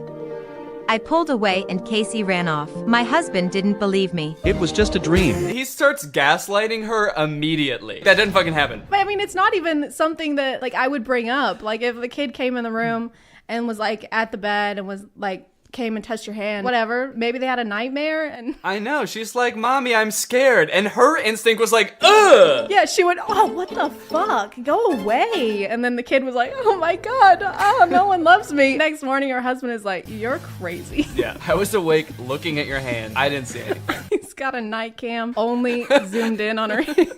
I didn't sleep the next night. I didn't sleep the next night for fear that Casey might come and brush my hand lightly again. I know. Why is she so scared? Look at her. She's holding the bed sheet up. Again, I feel like we're like thrown into the middle of this story and Casey has done some fucked up things before this even started. I was kind of expecting him to be like, that was a dream. I don't have a daughter or something like that. Maybe that's the big reveal. It is a little weird that he wouldn't bring that up the first time she says it. He's like, it was just a dream. And he doesn't care to elaborate on that. He's too tired. He's up all night. Yeah, it's true. He's like, all right, I gotta get some sleep now. Don't move that hand. Review my footage. Casey came again and tried to hold my hand. She was clearly jealous over her dad. She's just like reaching out and trying to make a connection, and this adult woman is like, get the fuck out of here. Do they see each other during the day at all? Or like, is this the only interaction that her and this girl have? Look at his face. Chris, look, she's right there. He's like, that's not happening right now. You think she could bring this up during the day? Be like, hey, Casey, why are you coming into our room at night? But I guess like they never cross paths during the day. Well, I mean, she's not there. She's not alive. Casey hasn't lived here in over 50 years. Then I started locking the door at night. But every night, Casey came to the door. This poor girl. So sad. Look at her. I know. She's got her bear. She's like, my life has kind of been upturned. My dad got remarried. This is a big change for me. I'm trying to reach out in my own way, trying to make a connection. Oh, the door's locked. Also, my dad doesn't speak to me. He refuses to admit I'm real. She never left us alone. Get rid of her. I can't do this anymore. She just wants some popcorn. She's starving. I haven't eaten anything in weeks. But Chris chose his daughter. I was not expecting that. I was expecting Chris to be like, okay, off to boarding school. Go on. And all I could do was pack up my stuff and leave. Clearly your life was just too awful to stay. Chris suddenly called me during his business trip. Casey's missing. I was glad now it'd just be the two of us. What? Fuck you! Fuck you! What the hell? Are we supposed to be on her side? I know, it's like the story is from her perspective. I feel like we're supposed to be like, oh my God. Fuck Casey, dude. Yeah, I think in all the other stories so far, that the main character was clearly like the sympathetic character. Also, why did he call this woman who's been nothing but mean to his daughter and be like, hey, can you help me find her? He's like, Casey's missing. She was like, yay! And then hung up. At that moment, Casey came up to me. She was crying and begging just to hold my hand. Is she gonna slam the door in this kid's face or what? Get out of here! Leave! I don't want to hold your fucking hand. My mom was sick for a long time. Before she died, she promised she'd come back to me as another woman. God. Why would she say that? I am gonna die, but the next woman you see after I die is gonna be me. Well, no wonder she was like confused. I might look different, but it'll definitely be me. What is wrong with this mother? I know. She is not preparing her for the reality ahead. Oh, how will I recognize you? She's gonna be like, I'll hold your hand. I'll have the same warm, soft hands. Oh, so she was trying to she was just trying to feel this girl's hand just to see. She was doing the test, the hand squeeze test. Casey was hoping it could be me. Yeah, no shit. So I finally put two and two together that she I thought finally figured it out. She wanted me to be her mom. I find it so hard to believe that after finding this out, she's gonna be any different. It's like, if you were this mean to this kid whose mom died, knowing this small piece of information is not gonna make you suddenly be like, oh damn, you thought I was her? Okay, yeah, then I will be her. The next morning, Casey hugged me and smiled. Mommy, you really came back to me. Yes, and you helped me remember everything. I don't like that because she's gonna grow up and are they just gonna be like, I am your real mom. I'm your dead mom. And I used to be someone else, but when your mom died, she took over my body and that woman is gone now. There's a lot of possessions going on. Don't worry, sweetie. I am your mother. I possessed this poor woman. I am your mother. I will rip the soul out of a new woman and replace it, and then I will come back to hold your hands. I'm so sorry I was an ass to you for the first few months I was married. That was just the hormones settling down, getting used to the new soul. That's how a reincarnation story helped me find my beloved daughter. So are we supposed to think that she's actually the mom? They're not just telling that to the kid. They're telling that to us too. You know, we're gonna grow up someday too. I feel like I'm being gaslit. I know. They spent this whole story like this is just some woman who met this guy. And then they're like, and remember now that she's the mom? Remember how we all knew that that was the mom the whole time? Remember that? Casey truly believes a part of her mom lives in me. That idiot. That dumbass. I really feel like her mom, and I'll never tell her otherwise. Maybe you should. Maybe Casey will figure it out. It's like Santa Claus or the Easter Bunny, only it's like, I'm not your real mom. Do you remember how old you were when you found out that your mom wasn't really some dead woman possessing somebody? I was 18 and I cried. It is worth noting, they have a YouTube channel, Fabiosa Animated, and so they have all these animated videos, but they do have a not animated channel too, and these are all live action stories. They're kind of like Darman videos. Yeah, the titles, the thumbnails are literally just Darman. Wait, there they go with hubby again. Hubby denied me a hospital my birth. Sweet hubby let me die. Hubby check. Hubby wanted me to suffer through childbirth. Well, do you want to do the most popular video, short lesson to see real beauty? Sure. Cover your ugly face or go home. My mom became a teacher at my school and made my life hell. You are gonna dress like the Phantom of the Opera and you are gonna like it. And you're gonna sing. I've never seen the Phantom of the Opera. Does he sing? The only thing I know from Phantom of the Opera is that song that's like, sing for me. Do you know that? No, but Never mind. If you keep singing it, I might. Luckily, I have it bookmarked. This is the only way I know this song from Phantom of the Opera. Take a closer look at that snout. Okay, well, anyway, let's get back to the video. Why would you choose this mask? No one will suspect anything's wrong with you. She forced me to hide my birthmark under a mask every day. I wasn't allowed to tell anyone she was my mom. It hurt. I decided to have surgery so she wouldn't be ashamed of me. Doc asked for my parents' genetic info. This set is the same one that they're using for the school. So this doctor is actually, they're just in the janitor's closet. Yeah, the janitor just put on a blue hat and was like, I'll do it. He got this stethoscope from the biology teacher. His name is Doc. Hi, I'm Doc. This is my office. I'm going to be using these brooms to cut your face open, and I'm going to put my face on your face. This is my certificate. I secretly went through my mom's files and found this. So the doc asked for her parents' genetic info? Is that what that said before? And so she's like, oh, my mom will have that in her files. She'll have like her DNA sequence printed out on millions of pieces of paper. I keep my genetic files on the fridge. Like homework you aced or something? Yeah, I'm really proud of it. Look at these genetics, man. A photo of my dad with a woman who had the exact She's same not a real mark. mom. No wonder she's mean to her. No wonder she wouldn't let her tell anyone that she's her mom, because she's not. Just like, quit saying that. I don't know you. Casey. Yeah, Casey's all grown up. I couldn't believe it. Mitzi wasn't my mom. After mom died, dad married Mitzi. She hated me ever since. Adjourn. She said, but this means that Mitzi isn't my real mom. After my mom died, my dad married Mitzi. So you knew that your dad married Mitzi? This makes a lot of sense because when my mom died, he did marry Mitzi. And then she became my mom. So I guess she's like not my real mom. Mitzi came, she tried to hit me. Social services intervened. She was charged with child abuse. Is this what child services look like? It's like a SWAT team. That's also the janitor / plastic surgeon. Put on these handcuffs. And she's like, this is a broom. What are you talking about? Put on these brooms. Dad's parents moved in. Dad's parents moved in. They think my mark makes me unique. Where's her dad? He's the janitor at the school. Oh my God. Of course. I can't believe we didn't see that before. Wow, these are like mini Netflix movies. With music. With music. sparkles. Yeah. I wish Netflix movies had music. I've never seen a Netflix movie with music now that I think about it. She was just upset the birthmark reminded her of the guy's previous lover. She did this out of jealousy, that she wasn't his first probably. Why is this person like speaking from experience? Yeah. I personally think Mitzi was justified in all of her actions. It's not bad. She was just a little jealous. She's just a little jealous gal. I don't think that we should judge her for that, personally. All right, well, honestly, I feel like we covered a lot of ground here, and we watched a lot of good stories. Did you enjoy them? Yeah. We learned a lot. I feel more confident. I noticed that over the course of this collab, all of your flaws have shrunk significantly, so disfigurations. Which ones are you referring to? That I had, apparently. Kind of strange to say that. I am more confident. I was gonna make a joke. You were like talking about my flaws, and I was gonna make a joke about how at least I don't have a fish mouth. Holy shit.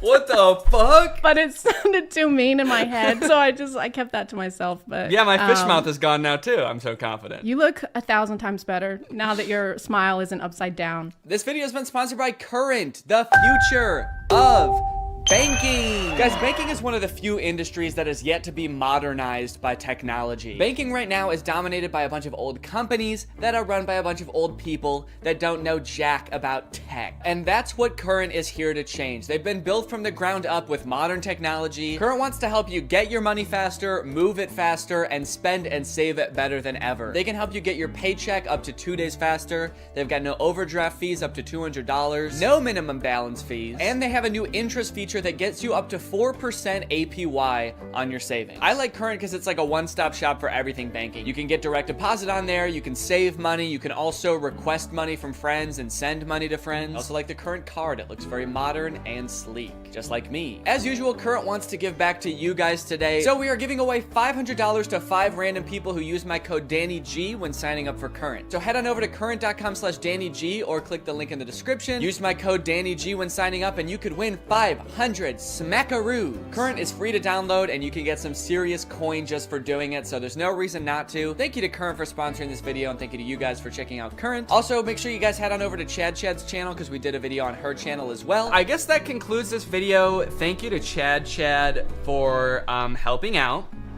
Chad, if people want to subscribe to you, what should they do? Where should they go? Did you leave? YouTube and Instagram, Twitter, I guess, if you want. The ChadX too, because somebody already had Chad, and I don't feel like doing the paperwork to get that username. So the ChadX 2 everywhere. All right, you heard it here, folks. Go subscribe. And I'll see you next time. Bye. All right, guys, I'll admit I am very late to this topic, potentially even like a month late, depending on when this video comes out. But in my defense, I'm a dad now, all right? I have a baby. He's 5 months old. I have better things to do than sitting here talking to a camera alone in my room. Like watching Jason Nash live stream on TikTok. All right, Sandra, thank you for the money. Kevin, thank you for the money. Can you guys send me $1 million? Turns out I can do both at the same time though, so now I'm here. If you've been on TikTok lately, there's a good chance you've seen former Vlog Squad member Jason Nash constantly live streaming, compulsively urging his fans to send him money. I know I have. A lot. This man is constantly live. Here we go, 118. Guys, don't forget to follow my podcast, All Good Things Podcast. We just spoke about it. We need... If you enjoyed that 30 seconds of silence, guys, make sure to go check out my podcast. You're gonna love that. It's completely silent for an hour. Like me, a lot of people were pretty confused to see this. At one time, Jason Nash was a part of the most popular group on YouTube, and now he's battling the Joker for gifts on TikTok. What a way to start the day with Tommy Coach. Tommy, thank you so much for being here. If you've never seen one of these TikTok gifts battles before, basically there's 2 creators, and you send gifts to the respective creator that you're watching. This bar at the top indicates who has the most gifts, and when time runs out, whoever has the most gifts wins. Their prize? All of the gifts that they got during the battle. And then the second place person also wins all the gifts that they got during that battle. So needless to say, there's a lot at stake. This is a live stream where Jason is actually battling his wife, Naveen. Why don't you come down in the room? I'll let you in. You can come back in the house now. Yeah, come back in the house, man. You look like Batman standing over the city. Now, hang on. If they're married, aren't the gifts just going to both of them? What kind of charade is this? Now, at first I kind of assumed that most of the people watching these live streams were children. And I was like, ooh, that is super weird. Just like asking children for money. You're basically just asking them to steal their parents' credit cards. In a way, I sort of thought of Jason Nash as like a babysitter, but he's also babysitting 1,000 other kids. And if you start choking, he's not gonna call 911 because he can't see you. But after tuning into a few of his streams and actually like clicking on some of the profiles of people watching, I realized that it's actually mostly adults, which was very surprising to me. Guys, what are we doing here? Stop that. I promise you there are like 1 billion other better uses for your money than helping Jason Nash's wife crush him in a gift battle. Fun as it may be. The reason I wanted to make this video is because I think that it's kind of a very interesting look at the career span of a creator. It's a pretty new career, all things considered. And like nobody's been a full-time online creator for 40 years. So we don't really know how long this career is supposed to last or how it will evolve over time. So I think it's worth looking at why Jason Nash is here. Between the years of 2016 and 2020, David Dobrik was seemingly at the top of the YouTube ecosystem. What started as David just sort of goofing around and filming his friends as up-and-coming content creators quickly turned into partying all the time, collabing with huge celebrities, huge giveaways, and giant sponsorship deals. And if you didn't watch the vlogs around this time, you might think that David was like the biggest part of them, but it was actually more his friends doing the heavy lifting. David was always behind the camera, and sure, he would laugh a lot, and you'd hear him laugh. But I really feel like the reason people tuned in was sort of to live vicariously through David and experience the goofiness that was all of his friends. So while all of the vlogs were on David's channel and David was inevitably the most popular member of the vlog squad, I really feel like he owes most of his success to his friend group. But it was a fun time. I watched a lot of the vlogs back in the day and I really enjoyed them. It felt like you were a part of this friend group. And in a lot of ways, you were like the members of the vlog squad because like the members of the vlog squad, you also were not getting paid for your appearances in the videos, which is something that I always found kind of weird. David's friends never got any sort of payment. Their only payment was in exposure. And so what kind of ended up happening was because everybody else around David wanted to launch their careers off of David's vlogs, they all started vlogging too. But because they would always be hanging out together, all of their vlogs seemed to be just like the same situation from a bunch of different angles and everybody was holding vlog cameras. It got pretty out of hand for a while there. Eventually though, during the pandemic, a bunch of stuff happened that caused David to take a step back from vlogging. Mainly a bunch of scary accusations about one of his best friends, Dom, and also him almost killing one of his other best friends, Jeff Wittick, by slamming him into the side of an excavator. After losing a bunch of followers and probably more importantly, a bunch of sponsors, David posted an apology saying he was gonna do better. He said he was gonna take steps to make sure his vlogs were a safer environment for the people in them. And I want to be able to have a place of checks and balances. I want to have HR. If he had to choose between quitting vlogging or doing it safer with an HR team, he was gonna do that.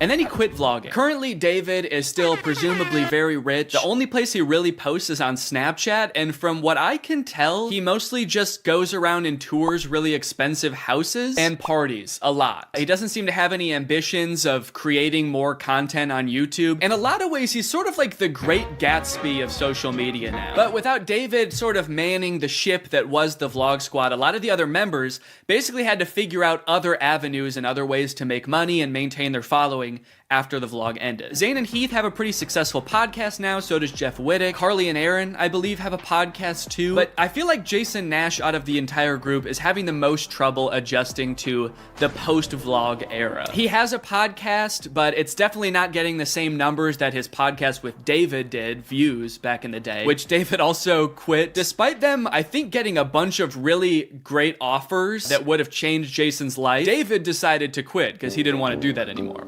He wanted to be the Great Gatsby. So Jason has now been left to fend for himself, and it seems like TikTok gift streaming is what he has turned to. You excited to go to dinner?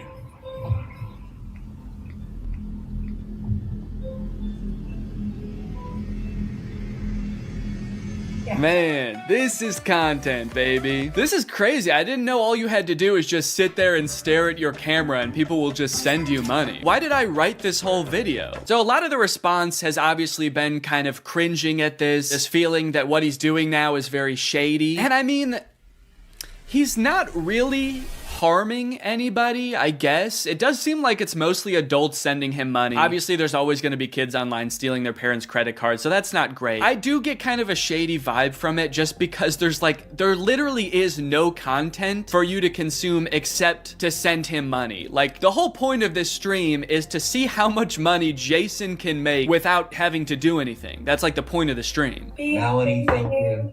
Let's go. And you could argue that Twitch streaming has donations and, you know, a bunch of other live streaming does too. But I would argue that there's at least some content behind that. Someone's playing a video game or they're doing a podcast live and the donations are just a little bit extra on top. It's not the content itself. I've also seen a lot of people wondering like, wait, isn't David super generous? During his vlogs, he was always giving away cars. He was paying for people's weddings, just like handing out PlayStations to people on the street. Surely he could just help Jason if he's struggling financially, right? Wrong. From some of Jason's podcast clips, it seems that that is definitely not the case. But before we get to that, I've got to make some money of my own. Alright guys, let's get those gifts in. James, thank you for the llama. Carol, thank you for the sombrero. Brian sent a Arab? Oh. Is this a gift on TikTok Live? Also, how did you get this one? This one's mine. Well, regardless, this is actually pretty convenient because this video is sponsored by Arab. Arab flavors your water using scent-based taste. And, oh, Brian also sent a scent pod? Oh, thanks, man. Okay, so I can put that on. With the scent pod down like so, it's just a normal water bottle. But when I activate the scent pod, air is able to pass through the scent pod and into your mouth, where you can taste the scent. Send me money. I like to bust out my air up while I'm getting work done. It gives my water a little bit more which is what I need when I'm trying to focus. This one right here is lime, and it is excellent. Someone said, come to Brazil. I'm busy. Air up is a unique hydrating experience. You can't get this anywhere else, buddy. No chemicals, no sweeteners added to the water, just plain old water into my plain old mouth. The scent pods come in a variety of flavors. I really like the lime and the peach. My editor, Jake, is really fond of cherry. So no matter what kind of flavors you like, there's bound to be a couple for you. You want to spice up your hydration experience, click the link in the description, get yourself an Air Up, get yourself some scent pods, put your mouth on the nozzle, and suck away. You look really tired today. That is mean. Thank you to Air Up for sponsoring this video, and thank you to you guys for checking out Air Up. Now back to the video. About a month ago when Jason was in the thick of his live streaming every day, he posted this podcast where he and a bunch of David's mutual friends talk about how different life is now that David's not vlogging anymore. But the thing is, like, David's in this, like, moment in his life. Yeah, where he can do anything. Where he just parties. Oh no, Jason. The look on your face, man. Jason's like, don't look bitter, don't look bitter, don't look bitter. Where he can do anything. Perfect. He can do whatever the fuck he wants now. He calls me to play pool. And I'm like, I gotta go live, and I don't expect him to understand that. You don't expect him to understand that you have to work to make money? You know he did that too, right? I wouldn't expect him to understand that, man. He hasn't had to work in, gosh, what is it, 2 years now? I hate to say it, Jason, I think he gets it. I just don't think he cares. Like, I'll say things like, I'm losing my house, and he'll be like, oh, but just come play pool. I just don't think he cares. Dude, Jason, haven't you learned anything from being friends with a popular YouTuber? You just told him you might lose your house, and he invites you over. You think he really wants to play pool? Dude, he's probably gonna Mr. Beast you. He's probably inviting you over so he can, like, surprise you with a new house. He might make you do Squid Games for it, but you have a chance to win a new house. Maybe he'll give you a new car. Or, you know, surprise you with his new car like he did that one time. My surprise to you is that I'm buying myself a car. I know, right? That was cool. I will say it is interesting that David seemingly stopped doing the extravagant giveaways once he stopped doing the vlog. I wonder what the correlation there is. That's kind of weird. There was a great TikTok that he sent, which was like some guy, it's just the guy that has like a lot of money and can do anything all day. He's like, oh, Diplo's having a party tonight? And like, it's literally like things that David has said. David sent Jason a TikTok of a rich, out of touch guy being like, oh my God, dude, this is so me. Dude, look at this TikTok. This is so me. That moment when you're rich and you're partying with Diplo and you're talking about how much you hate Jason Nash and how poor Jason Nash is. Guys, comment below if you found this relatable. But if you think about it, though, from 18 to like what, 23, 24.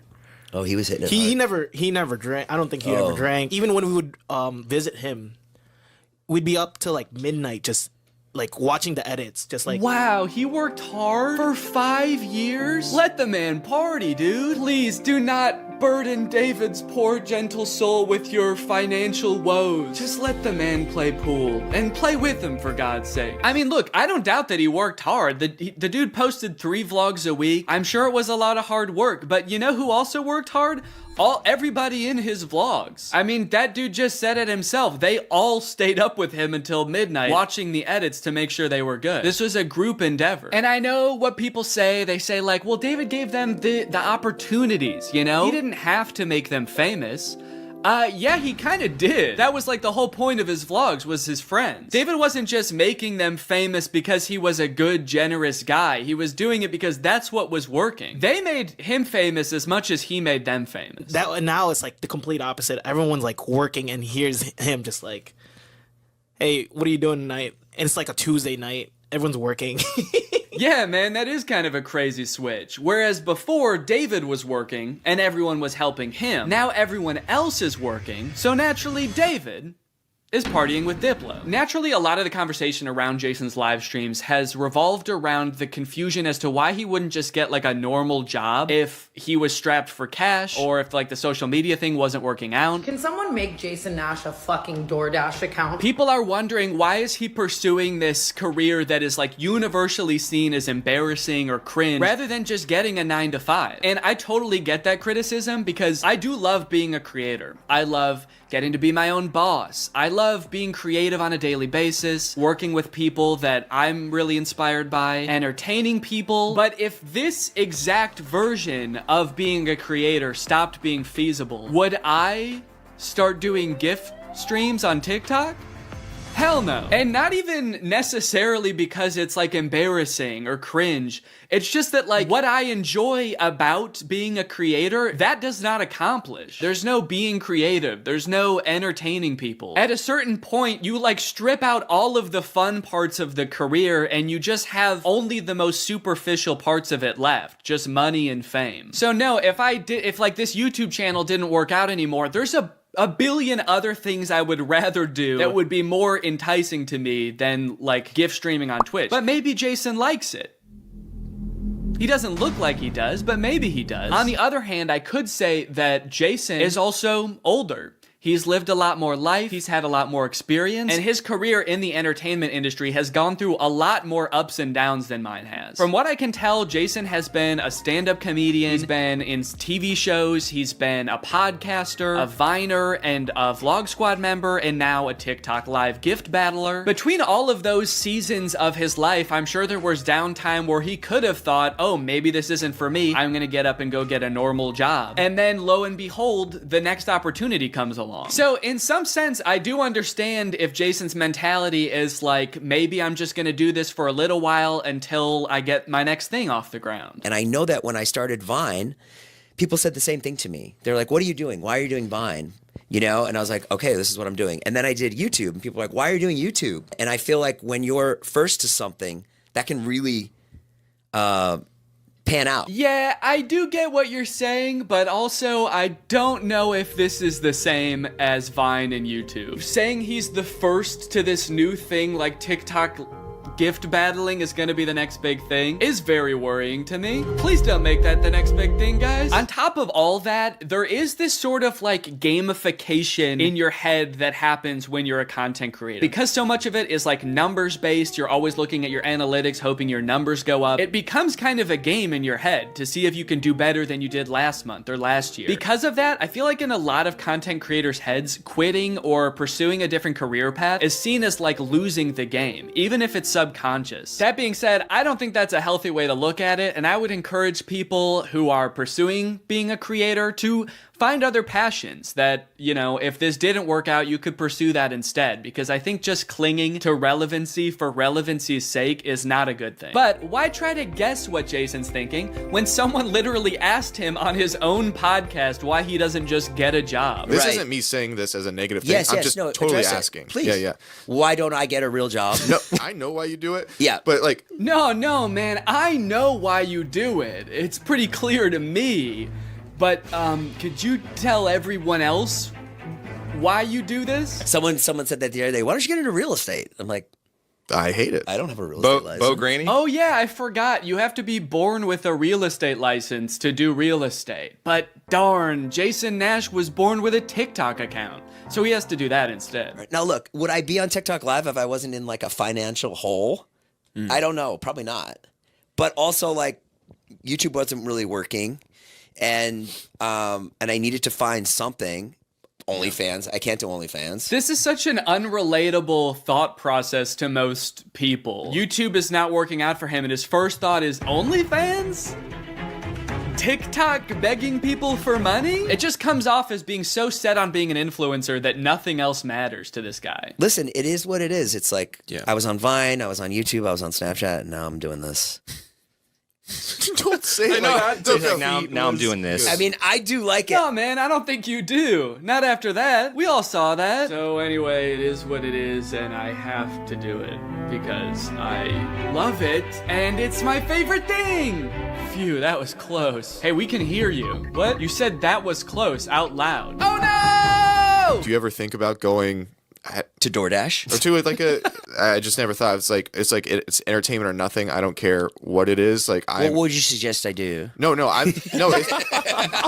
It's just that we get a job at Lululemon. From what I can gather from this clip and the way they're laughing about the prospect of being a DoorDash driver or working at Lululemon, those jobs are not even on the table for Jason. I don't know his personal finances, but Jason lives in LA, he owns a house, he has kids, he has a wife. So I feel like when he's saying things like, I don't have any other skills, what he's really saying is, I don't have any other skills that would allow me to live the exact same life that I'm currently living. And honestly, I could understand if he really does like the TikTok live streaming thing, but don't laugh at other jobs like Lululemon or DoorDash like you're so above doing them, yet you're on TikTok literally asking people for money. And I do totally get that Jason has kids that he has to support, that I'm totally empathetic to that situation. It is kind of ironic that his solution to that is to ask other people's kids for money online, but that's neither here nor there. This whole situation kind of reminds me of this TikTok I saw about a month ago. My Roman Empire is all of those influencers who dropped out of college or quit their jobs, moved to LA, then became irrelevant. Like, where did they go? What are they doing now? One interesting thing that I don't know if a lot of people know is that I feel like a lot of creators who get into this situation can actually leverage some of the connections they make while they're relevant and some of the skills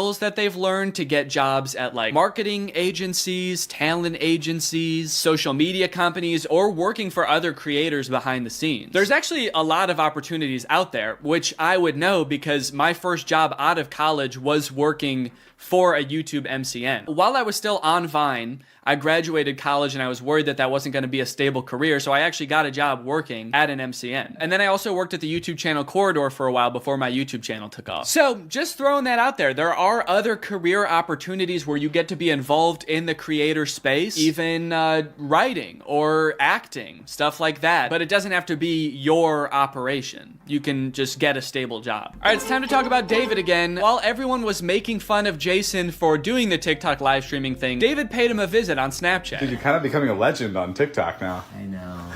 Not in a good way. Yeah, but I think it's fun. No, man, this is a great look. This is awesome. Multi-millionaire visits former unpaid employee wearing a crown to make fun of his new job. David, do you know why, perchance, Jason has to do the TikTok live streaming? Have you thought about that at all? During your long nights of playing pool? Bye, guys. Thanks for having us over in your little hobbit home. And make fun of his house before you leave? Check. Great job. Now, with all of this talk about David and Jason, I just want to make it clear, do not go and send any hate to these people in real life, especially Jason. Jason actually got swatted mid-live during one of his streams a few weeks ago, which is obviously horrible. Anybody else inside? No. Okay, hold on. Let's get put together and then... This is obviously a horrible situation, actually terrifying. But I cannot help but break a little smile when I look over and the two people he's gift battling are the Dobre brothers. I don't think there's a single funnier sight than watching the two of these blankly stare into the camera not understanding what's going on. Also, imagine your gift battle opponent getting swatted and he's still crushing you, dude. That's gotta hurt. My big takeaway from all of this is if you are pursuing being a content creator, I would heavily recommend being super careful about about the way you go about it. I would highly recommend not letting your success be at all related to the success of another influencer. You don't want to be the guy from David's vlogs when David stops the vlogs. Also, save your money. This career that we have, we don't know how long it's gonna last. I mean, I sort of view it as being any other type of entertainer. You're only relevant for so long, or like an athlete or something. You can only be in your prime for a certain amount of time, so save as much as you can. It's really easy to get caught up in the lifestyle of an influencer and like partying all the time and flying on private jets, buying expensive cars. And if you can make this career last for like 20 to 30 years, that's awesome. That's insane, but it's definitely not guaranteed. So just be careful, all right? For me, for your old pal Dan. Alright guys, well I hope you enjoyed this video. If you're new here and you're not subscribed yet, make sure you subscribe and turn on my notifications to join Greg. Greg is what I call my fans here on YouTube, and if you just watch this whole video, that means you kinda gotta be a Greg now. I don't make the rules, sorry. Except for that rule I actually did make, but all the other rules I don't make. Alright, I'll see you guys next time. Bye-bye. Special delivery! What's up, Greg? You guys know how when you buy something online and then return it, it gets sent back to the warehouse, repackaged, and then sold to somebody else? Maybe you picture some kind of alternate evil version of you that likes really tight-fitting t-shirts? Yeah, that's not true. It turns out stores like Amazon realized a long time ago that it's actually a lot of work to look at each item that gets returned and try to figure out if it's broken or dirty or if Shadow Danny would even like it. So they thought of kind of an ingenious method to get rid of it all. They throw it in a landfill. That's where an estimated 6 billion pounds of returned items end up every year, but luckily, some of them escape this fate. Sitting in giant boxes in these third-party facilities across the country, these mysterious forgotten items cling to some sense of hope that they might find a new home. And I am very curious as to what's in these boxes. On Amazon, you can buy like anything, from a dancing monkey plush toy to a clapping monkey plush toy. And everything in between. So I want to get my cold, sweaty little hands on one of these boxes of Amazon returns, but I don't know how. So I reached out to Raleigh Williams, the host of the YouTube channel Climate Town. So Raleigh, you're working on a video about free returns right now, right? Yeah, I saw this expose on a bunch of like brand new returns in a landfill and stores like throwing out cordless drills and perfectly new laptops and stuff. And I just thought like, we shouldn't be doing that. That shouldn't be how this system works. And so we've been reading up on it, and the reverse supply chain is not making me super optimistic. How do free returns go from like me returning an item to these random warehouses across the country where they end up in these mystery boxes? Yeah, so what's the last thing that you bought online? I think I bought AirPods. You know how there was like an option on the AirPods to, if you buy this, you can get it delivered to your house right away? Like they'll put it into a cannon and fire it at your window? Yeah, that's the option I picked because I needed them now. So that doesn't really exist in reverse. You can't you don't have your own cannon to like jam the AirPods in and fire it off back to Apple. So you put it into a box and then you ship it to what sort of seems like is back to the store. But it's not really going to the store, it's going to a thing called a returns center. So that's like this big ass warehouse where they get hundreds of thousands of returns from like all the crazy shit people bought from the internet. A lot of the returns get just thrown away at the dump. Some of the returns get donated, and then in some cases, they're gonna sell those returns to these bulk item liquidators. And this is kind of a good solution sometimes because you can actually get a little bit of money for those returns. So let's say you're like Sports Authority and you get a bunch of hockey sticks back. You can sell those to a bulk item liquidator for like pennies on how much they actually cost. Got it. So it's only hockey sticks at these facilities then? Oh my no, it is so many different items. Hockey nets, hockey pucks, goalie masks, hockey sticks. Did we say that one? So all these boxes full of returns, who do they sell these to? Do people like me just come in and buy giant boxes of Amazon returns? Yeah, there's a lot of liquidators that just have an open door policy, and it's like, bring your kids, let's make a Sunday out of this. Come on down and spend $400 on a box of random returns. So I could just go to one of these places if I find one and and just buy a box? Yeah, this would actually be kind of a good section for my video that I'm making too. So maybe we'll just go to one together. I think it'd be a good challenge to see if you can actually resell the items in the box at a profit. To actually see if it's possible to like get your money back from the big box of returns that we buy. Maybe at the end of the video too, whatever like profit I make, we can give to a charity or something. That'd be a cool way to end it. Yeah, that sounds great. I mean, I do want to manage your expectations. I don't know how much you're actually going to be able to get from selling these items off. So I don't know how much profit this box is going to generate. It was the perfect plan. Given that this is actually a pretty common side hustle I'd seen before on YouTube, I figured I would have no problem turning a profit and donating said profit to charity. Some creators have actually gotten so successful flipping pallets that they've actually turned their operation into a full-time business. Just 3 years ago, Mitch was selling furniture out of his garage. Yes, I was. Now we're in this 30,000 square foot place. We did some research and found out there was a liquidation center not too far from where I live. So Raleigh hopped on a plane, and before we knew it, there we were.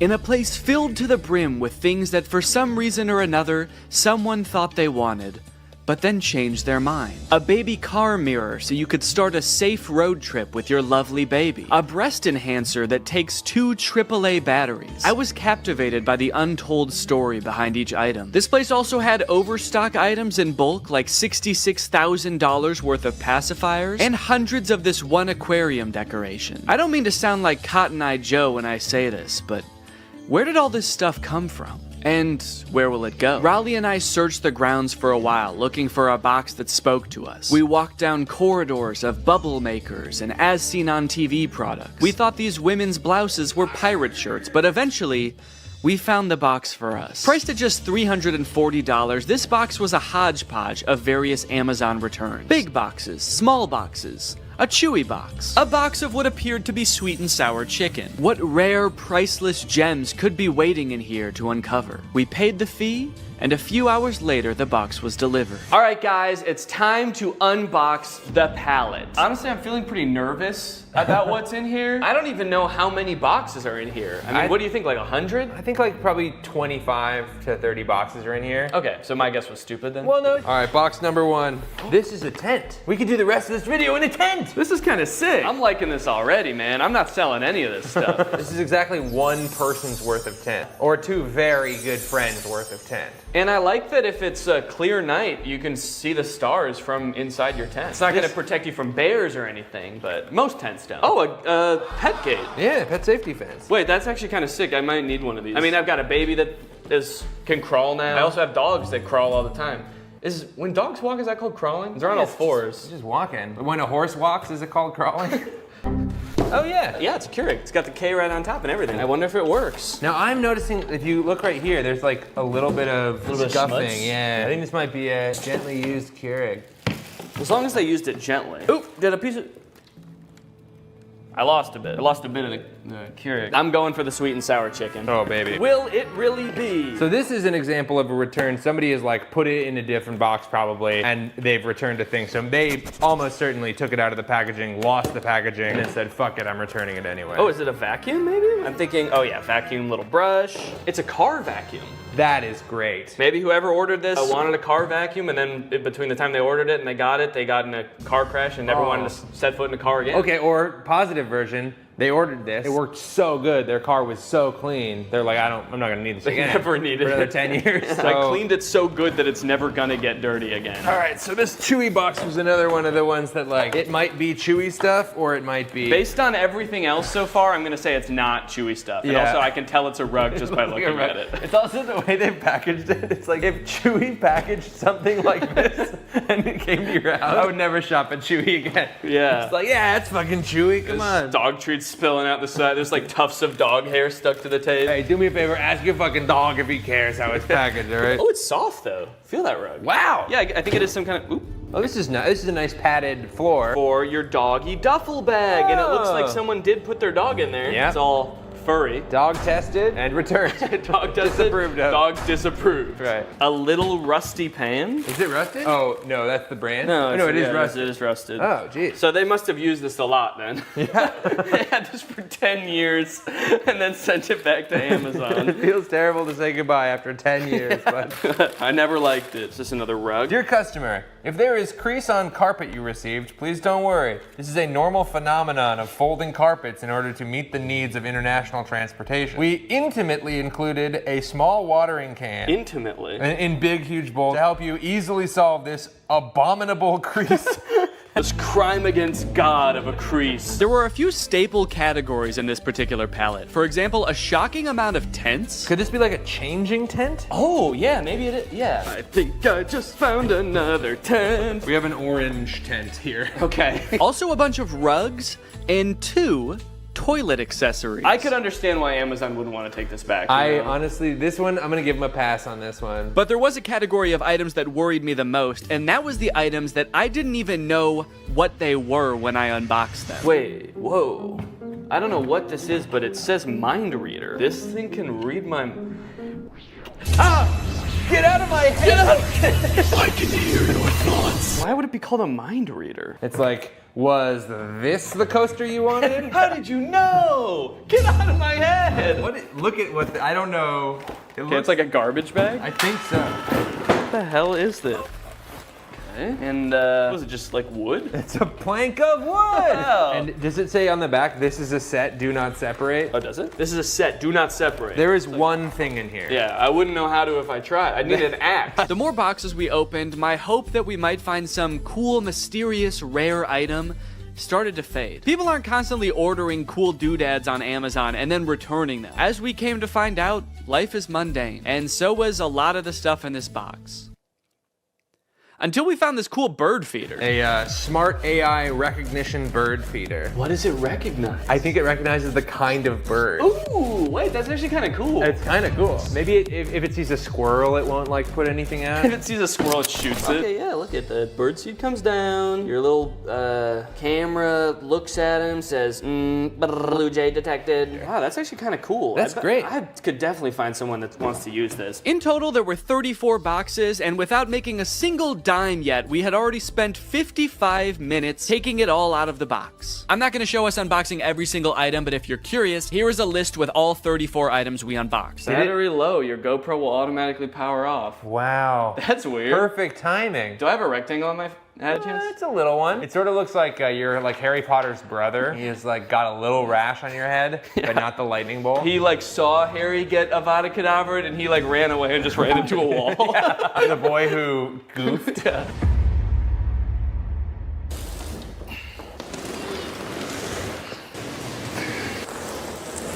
That thing is heavy as hell. I want to get this stuff listed on Facebook Marketplace as fast as possible, so I'm going to take inventory of everything in this box, look it up on Amazon, and find out how much it costed. That way I can list it on Facebook Marketplace for a fair price. And this will be really interesting to see because this box cost $340. So once I tally everything up, I can see how much I can potentially make off of all of this. Never had to think about how to properly photograph a toilet seat before. I don't know what people who are buying this thing are looking for. Like what's the best angle for this thing? You need to know how big the hole is for scale. I can put my hand there. Once I got everything inventoried, the next thing I had to do is actually figure out how much everything is worth. It was actually really interesting to see what the most expensive items on here were, what the cheapest items on here were. The cheapest thing was the USB clip-on fan, and the most expensive thing was that cream and gray rug, which was $140. A couple of the items, I didn't even know what they were when I opened them, and searching around on Amazon, I was actually able to figure it out. So now I can actually list it on Facebook and not just be like, this is I don't know what this is. It's a piece of wood with a handle. The thing I'm referring to right there, I thought was a cabinet door. Oh, is this a cabinet door? But is actually some kind of stovetop cover. It's a piece of wood that you put on top of your stove when you're not using it. That way you have extra counter space. Seems a little bit dangerous, maybe. I don't know why they made it out of wood. That seems like maybe the exact wrong material to make it out of. Oh, the vertical tents, the standy-uppy tents, are for privacy and showering in the woods. So I guess you just climb in there and you just dump water on yourself? Or maybe if you get some kind of hose to go in there. Yeah, it's for showering. It's not for sleeping standing up, surprisingly. So in total, the box cost $340 and there are 34 items, conveniently. It's almost like they did that on purpose. But basically, I have to sell everything for an average of $10 or more to break even or make a profit. But if I wanted to make the maximum amount of money possible, then I would make around $1,700. And then if you subtract the $340 that I bought the pallet for, or Raleigh bought the pallet for, really, then the profit would be $1,350. So that is the maximum amount of money I could make from this. 1,300 smackaroons. But as I'm sure you're aware, that's not how Facebook Marketplace works. I don't think I'm gonna be selling these for anywhere near the amount that you could get them for new. I wanna try to sell this for a good price, but I will also be battling with my other want, my secret want, which is to get all of this stuff out of my garage as quickly as possible. I can barely back my car into the garage right now because this box is so big. So there's like an angel and a devil on my shoulder right now. The angel saying, come on, Danny, let's make a profit. And the devil is saying, get that fucking box out of the car. I don't want it anymore. We don't need the box. Just drive the whole thing to Goodwill. They can figure out what to do with it there. And then I also, guess I also have to make sure some of this stuff works. I mean, there are electronics in here. Chainsaw, leaf blower toy, there's a Keurig, there's a vacuum. So it could be time for a product review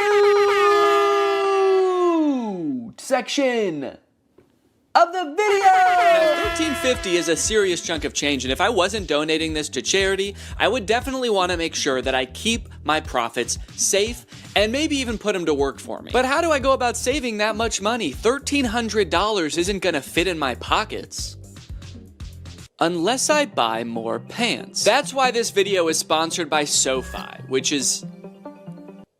Oh, it's not pants. Okay. SoFi is a next-gen finance app, and they're gonna help you bank, borrow, and invest all in one place. And I bet you can guess where that place is. It's in the app. But don't just take my word for it. Listen to me in a suit. Having a child is awesome, but it is quite expensive, so when I'm not using my money, I like to make sure it's working for me and not just sitting there, which is why I love SoFi. With SoFi checking and savings, I can earn more money on my money. With direct deposit, I can earn 9 times the national savings rate. For those of you who are new to high-yield savings accounts, don't worry. Daddy's gonna walk you through it. It's basically an account that makes your money work harder for you by giving you something back in interest. Your typical savings account at your local bank earns you about 0.45% interest. Yeah, sorry big banks, that's not gonna cut it, because with my SoFi high yield savings account, I can earn more in 6 weeks than I would in an entire year in a big bank savings account. With SoFi checking and savings, you get paid up to 2 days early, pay no account fees, and can earn up to $300 when you sign up for direct deposit. So if you want to sign up, just click the link in the description or scan this QR code. It's made just for me to show you. Thanks to SoFi for sponsoring this video, and thank you to you guys for checking out SoFi. Let's go ahead and pop some batteries in these. Hey, and this way, whoever buys these is gonna get free batteries as well, which I don't think they came with. So I'm actually sort of performing a service here. I should charge people more than the Amazon list. And that's what makes me such a business-minded guy. Time for the moment of truth. Hedge trimmers.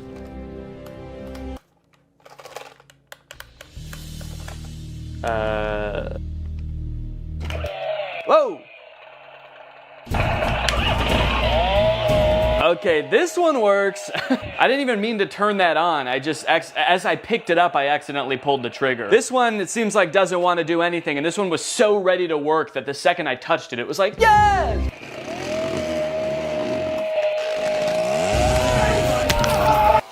There we go. Ooh, and it blows. Okay, well, we got 2 out of the 3. And if someone buys these, I can just ask them if they want that one, even if it doesn't work. Next up, this clip-on fan. It's actually rechargeable, so there's a USB-C here. And let's see if it has any power right now. Oh. Oh, it only spins while my finger is on the button, which definitely does not seem very convenient. But let's give it a charge. And then we'll see what's what. Luckily, I've got a spare charger laying around from the AI pin, and it's USB-C. So I can't say I never got anything out of buying it, but we'll give it a minute to charge. In the meantime, let's test out its clipping functionality.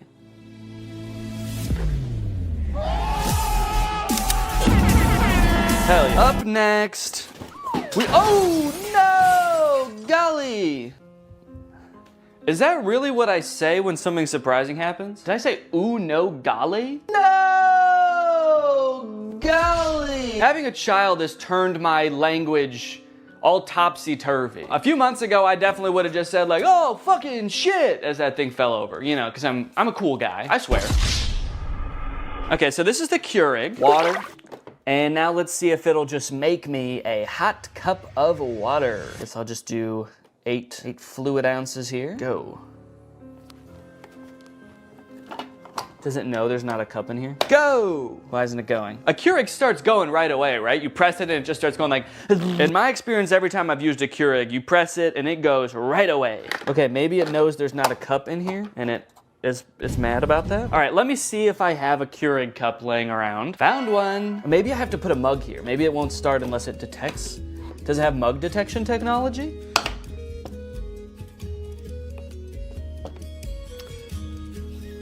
Okay, I think that this is also broken. Did I just buy a gigantic box of broken electronics? What do I do? What do I do with all this stuff? Amazon?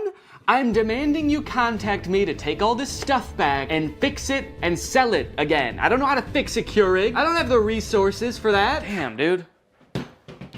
Golly. What did I say before? Oh no, golly. Ah! Smart AI recognition bird feeder. You get an automatic notification when you have a visitor. So you could get a notification that says like a cardinal's here or a hummingbird's here. How terrifying would it be if at like 4 a.m. you get a notification that's like Gary's here? You're like, who the fuck is Gary? You go on your phone, there's just a video of a man shoveling bird feed into his mouth. Thanks. I'm the CEO of this company. It tells me where all of them are and I eat bird seed. Seat for the birds to hang out? Neat. Why doesn't this come with instructions? Okay, I have to scan the QR code to download the Bird Lover app from iOS or Android. Okay, so maybe the instructions will be on there. Bird Lover feeder.